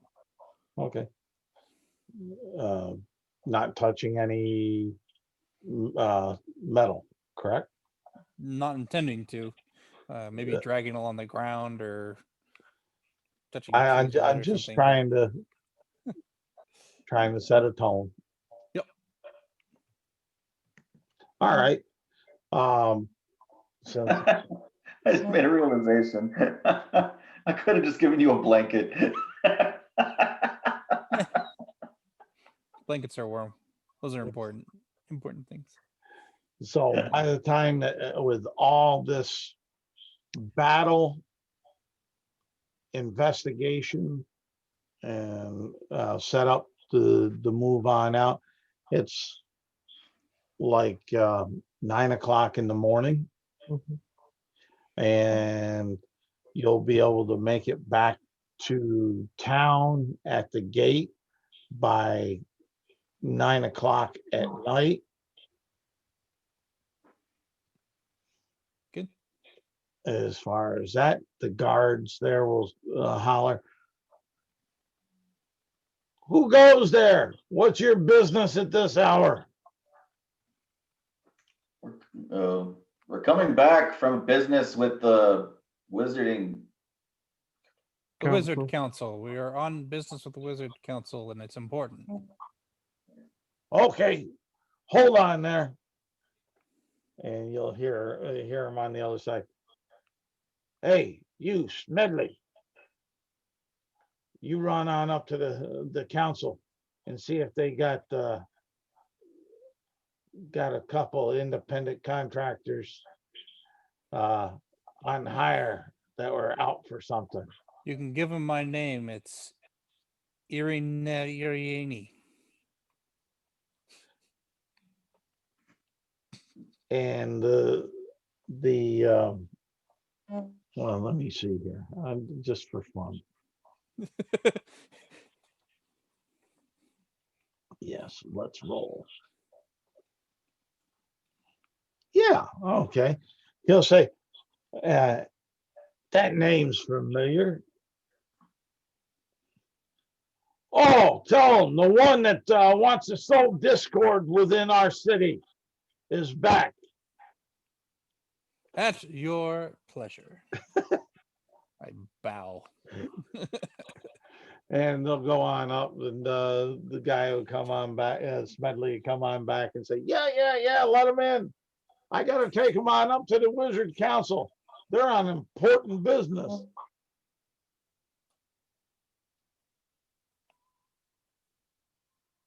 And so you hear, and the gates open on up. "Come on in. Don't let the cold air get out." Okay. And Smedley, of a toothpick of a human, his armor and stuff definitely hangs on him. Makes him look even smaller than his true size. And he says, "This way." And he takes you on up to the Wizards Council and on in. And they say, "What you find?" Big rock. "Where'd it come from?" No idea. Well, it came from the sky. No And we kidding. know quite a few different things about it. But we were hoping to get access to a library or something to do some research on your behalf. But maybe you already know what it is. We can let you know what we figured out. Well, report then. I was just waiting for you to ask. So, this is a rock that seems to be indestructible to, as far as you can tell, any conventional method. Survived the impact and did so without even pieces of it falling off. It produces an aura, kind of a green vapor or mist that hangs around it that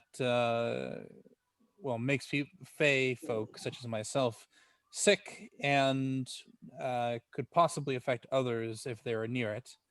However, there were these creatures, and I kind of show them the antennae I'm holding. They looked like giant insects. They ate metal, dissolving it with these antennae here. Oh, And strange. We still killed them, and I showed Yeah, him like basically my hammer and my shield completely Yeah. like fucked. At some risk to ourselves, we killed them. But they definitely weren't insects. I used a little trick that I know that would normally charm any normal animal, and they were not charmed. They couldn't be charmed. We tried to chisel some stuff off of it with simple wooden tools as well as metal. It dissolved the metal upon touching it, and the wooden tools were completely ineffective. The most interesting thing, I think, however, that ended up happening is at one point we attempted to destroy it with Kali's magic. Do you want to describe that, like what that would be, Kali? It would be like my god coming down to you and slapping you in the face.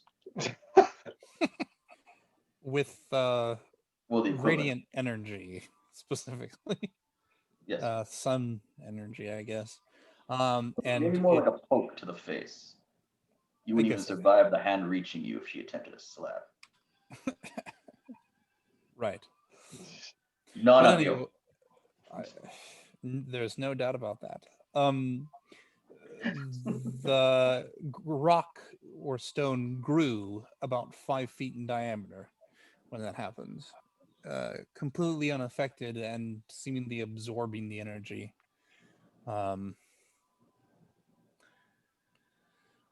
I can't think of a lot of materials that would have that kind of property, but the closest thing I can think of is, of course, the metals that my kind are allergic to. It's exactly the same physiological response that I've experienced before. So maybe it's some form of cold iron. But it clearly is much more durable and much more interesting than your typical form. Good report. Good report. Where's the this sample of that you were hoping to get that was on you said some leather or some cloth? Yeah, we weren't able to get a solid piece, but we have some in a chest that Colley's carrying, if you want to show them. It's the best we could do. We were hoping the mist would stick to it to some extent. I kind of pull it out and present it to them. And they'll look at it. They'll say, "I see no mist on this. I see these strange," and they're studying it, and green flakes here. It's the best we can do in this situation. And he'll say, "Hold on a minute," and he'll go ahead and grab this clay vase and take a brush, and he's going to brush the particles into this clay vase, and say, we'll study these, and good work. And he'll go ahead and hand each of you 150 gold. Rich. Actually in gold? Yes, actually in gold. So he hands me 150 gold, and I go, and put it down.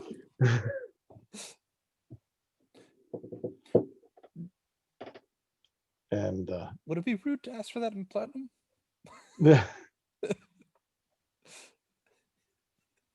You'll have to see our money changers in the morning. Okay. Did you still need the rags that we collected? The No, flakes he gave them back. After he swept Okay. them all, swept them clean. Yep. Okay. I look at the pile of money. I look at Kali. Look at the pile of money. Look at Kali. And they'll say, "We'll give you another night on us at Big Beast Inn."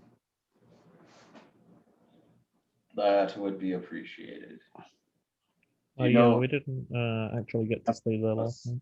You know, we can find a blacksmith as well. A what? A blacksmith. Do you know that, a good one? We have several good ones in town, but that would definitely have to be on your own cuff. Well, right now you're giving me enough that I figure I might be able to use regardless.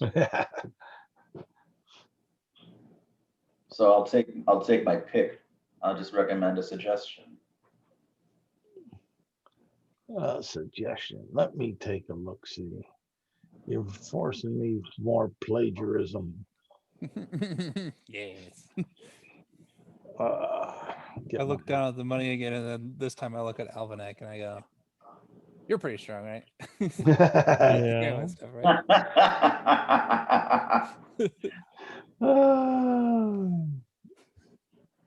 Right? You're nice. We're friends. Yes, I will carry your money, and no, I won't steal it. That's okay. I am a paladin, after all. You can trust me. I mean, I don't need the money, but I would love to have a bit more money for there's been a number of projects I've been considering about. It's only 3 pounds. Maybe getting some pamphlets so people could or maybe publishing a book so people could read up on my philosophies. Maybe spread further than just a single town or the towns I can get to.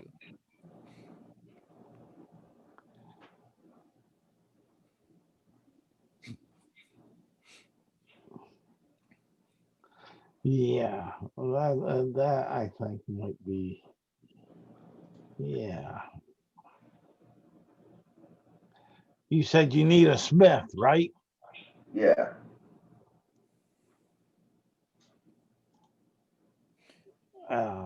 And let me see here. Let me go and share this. So Erie also says, if you don't mind, it might be a good idea for us to leave this here for your study as well. You might be able to figure out what it was that was surrounding the rock, these creatures. And I kind of motioned to the antenna that I brought with me and just kind of laid on the floor somewhere. Oh, okay. And let's see here. By the way, Ryan, go ahead and put in your inventory 150 gold. Sure. I took it off of my inventory.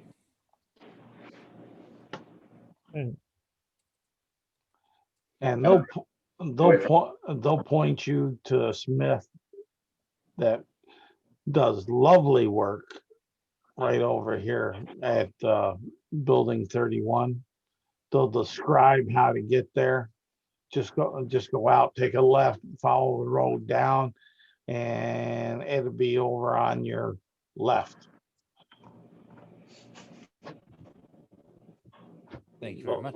They'll be somewhat very generalistic about it in that, because that's not a major concern of theirs. It's fine. As far as that, I just want to know where one was at. I don't know this town. And there you go. It's probably about after your report to them and everything, it's about 9:30 at night or so. Most things are quieted down for the most part. You do see that there seems to be some strange lights every so often around the main road of the Guards Road, Round Street, the Great Road, and like that when you're coming on in. Well, I say we sleep first and fix medals in the morning, yes? Works for me. Although, what time is it at this point? It's about 9:30 in the evening when you got finished. Somehow I don't think the blacksmith's going to be open anyway. That's what I was thinking. So you all make it back to your rooms that are there. The halfling jumps on up as you come on through and says, "You still got your key, right?" Sure do. All right. Where have you guys been? Out hunting bugs. You look filthy. Yep, well, can't say I'm definitely looking forward to a bath. Okay. Well, have a good one, and welcome back to Thank you very Big much. B's Inn. And right The about lights are there, always on. that's right. The light is always on for you guys. And right about there is where we'll end this adventure. And we can possibly pick it up if so desired. Hopefully you all enjoyed it. Alright. Any particular questions or such? Not for now. Okay. I want you all to take 2 inspiration for role play. Nice. Cool. And each of you one XP. Sounds good to me. I think that's about fair. If I would have left the other, 2 in, it would have been deadly, but yeah. If she had left the other two in, would have been dead. So so deadly for sure. Lethal, one might say. Do we get 3 experience for having our characters dead? The entire party. No. But with that, let me we'll go on conversating and I'll stop the